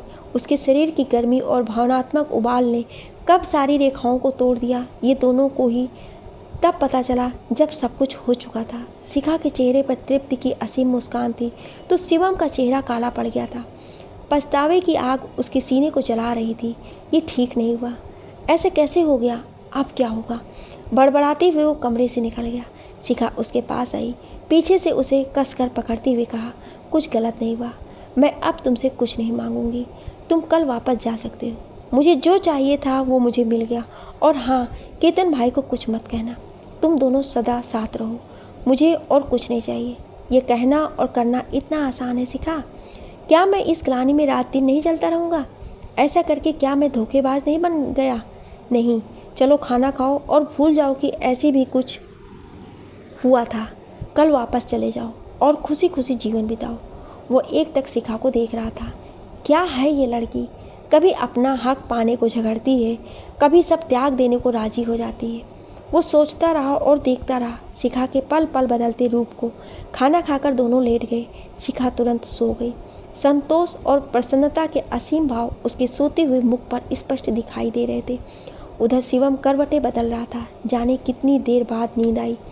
सुबह जब उठा तो शिखा स्कूल चली गई थी। नाश्ता मेज पर सजा था, उसका सामान पैक रखा था और एक मैसेज भी, मेरे आने से पहले जाना हो तो चले जाना, मैं खुश हूँ और तुम भी खुश रहना, केतन भाई को मेरा स्नेह देना। शिवम ने अनमने मन से नाश्ता किया। उसका मन बार बार उसे धिक्कार रहा था। क्या मुंह लेकर जाएगा वो केतन के सामने, और शिखा वो क्या करेगी। उसकी मर्यादा भंग कर दी मैं किसी का भी नहीं हो सका, अब क्या करूं। सोचते विचारते कब 1 बज गया पता ही नहीं चला। अरे तुम गए नहीं, मैं तो सोच रही थी कि चले गए होंगे। बस निकल ही रहा हूँ, तुमसे मिलने के लिए बैठा था। अच्छा जी, इतना सड़ा सा मुंह क्यों बना रखा है तुमने? मुझसे दूर जाने का गम है या अब भी कल की बात को लेकर पछता रहे हो? मुझसे बड़ी गलती हो गई है, क्या तुम मुझे माफ़ कर पाओगी? माफ़ी किस बात की? तुम्हारी पत्नी होने का पूर्ण सौभाग्य और सुख मुझे प्राप्त हुआ है। अब मुझे ना तुमसे कोई शिकायत है और ना ही कोई नाराज़गी। तुम खुशी खुशी जाओ और केतन भाई के साथ अपनी लाइफ एंजॉय करो। अब क्या एंजॉय करूँगा, मैं तो उसका सामना करने से भी डर रहा हूँ, लेकिन जाना तो पड़ेगा ही। ठीक है, फिर तुम अपना ध्यान रखना। मैं ठीक हूँ और खुश भी, अपने लिए भी और तुम्हारे लिए भी। मुझे मेरा प्यार मिला और तुम्हें तुम्हारा प्यार। प्यार की अनोखी कहानी लिखेगा हम लोगों का ये रिश्ता। शिवम उसे हैरत से देख रहा था और फिर वो वहाँ से चल दिया अपनी मंजिल की ओर। सारे रास्ते वो यही सोच रहा था कि जाते ही केतन को वो सारी सच्चाई बता देगा, फिर जो होगा देखा जाएगा। घर पहुँचते पहुँचते उसे रात हो गई। केतन उसे देखते ही छोटे बच्चे की तरह गले में झूल गया और उसका मुंह चूम डाला। कैसे काटे मैंने ये 5 दिन, बहुत ही याद आई तेरी। तुझे नहीं आई मेरी याद? आई क्यों नहीं, मुझे मन से शिवम ने कहा। तेरे बिना रहना बहुत मुश्किल है, चल आ जा, मैंने तेरे पसंद का खाना बनाया, साथ में खाएंगे। क्यों, बाई जी नहीं आई? वो बीमार है, चल आ जा। उसके गले में बाहें डाल केतन उसे खाने की मेज़ पर ले आया। शिवम ने जैसे तैसे खाना खाया। क्या हुआ, तो इतना उदास क्यों है? सब ठीक तो है ना? शिखा तो ठीक है? हाँ, बस थक गया हूँ, सोऊंगा, कहकर वो अपने रूम में जाने लगा तो केतन ने उसे बाहों में भर लिया। आज इतने दिन बाद हम मिले हैं, मैं भी तेरे साथ ही सोऊंगा। केतन ने शिवम के सीने पर सिर रखा हुआ था और शिवम बार बार यही सोच रहा था कि मैं कितना बड़ा कायर हूँ, धोखेबाज हूँ। रात अच्छी भी थी, दिन अपनी गति से निकल रहे थे। शिवम केतन को कुछ नहीं बोल पाया, ना ही शिखा को फ़ोन कर पाया। बस शिखा ही थी जो फ़ोन करती, उससे हाल चाल पूछ केतन से घंटों बतियाती। इस बीच वो 1-2 बार घर भी आई थी। उसने बताया था कि उसने फ्लैट बदल लिया है और दूसरी सोसाइटी में रहने लगी है। केतन से उसकी अच्छी पटने लगी थी। कोई बात है शिवम तो मुझे बता दे, देख रहा हूँ पिछले 2 महीने से तू जैसे कहीं खो गया है। अपने मन का बोझ हल्का कर ले मेरी जान। बहुत जोर देने पर शिवम ने कहा, पहले वो पक्का वादा करे कि उसे छोड़कर कहीं नहीं जाएगा, वो उसके बिना नहीं रह पाएगा। पक्का वादा? कोई भी बात हो तो मैं तेरे साथ कभी नहीं छोड़ूंगा। तू अपने मन का गुब्बार निकाल ताकि हमारी ज़िंदगी नॉर्मल हो सके। शिवम ने सारी बात केतन के सामने रख दी और अपना सिर पकड़कर बैठ गया। मुझे माफ़ कर दे मेरे यार, मुझसे बहुत बड़ी गलती हो गई, वो बड़बड़ा रहा था। अचानक केतन का ठहाका गूंज उठा। शिवम आश्चर्य से उसका चेहरा देख रहा था। शायद इसे बहुत धक्का लगा है, तभी इतना हंस रहा है। क्या कह रहा है तू, ठीक तो है? उसने केतन को पकड़कर झकझोरा। उसकी हंसी रुक ही नहीं रही थी। थोड़ी देर बाद वो शांत हुआ। बस ये बात थी, हो जाता है ऐसा कभी कभी। फिर शिखा तो तेरी पत्नी है, मुझे इसका इतना दुख क्यों होगा? उसे समझ में नहीं आ रहा था कि ये दुख और व्यंग है या सच बोल रहा है। ये तो शिखा से कितना चिढ़ता था। क्या हुआ इसे? तू ठीक तो है? तुझे बुरा नहीं लग रहा है? मैंने तुझे धोखा दिया, अपने प्यार को झुठलाया? अरे छोड़ ये बेकार की बातें। अब तो तू मेरे साथ और मेरे पास है। मुझे तुझसे दूर रहकर तेरी अहमियत पता चल गई। बेंगलोर में कितनी मुश्किल दिन काटे थे मैंने। अब फिर से अकेला नहीं रहना।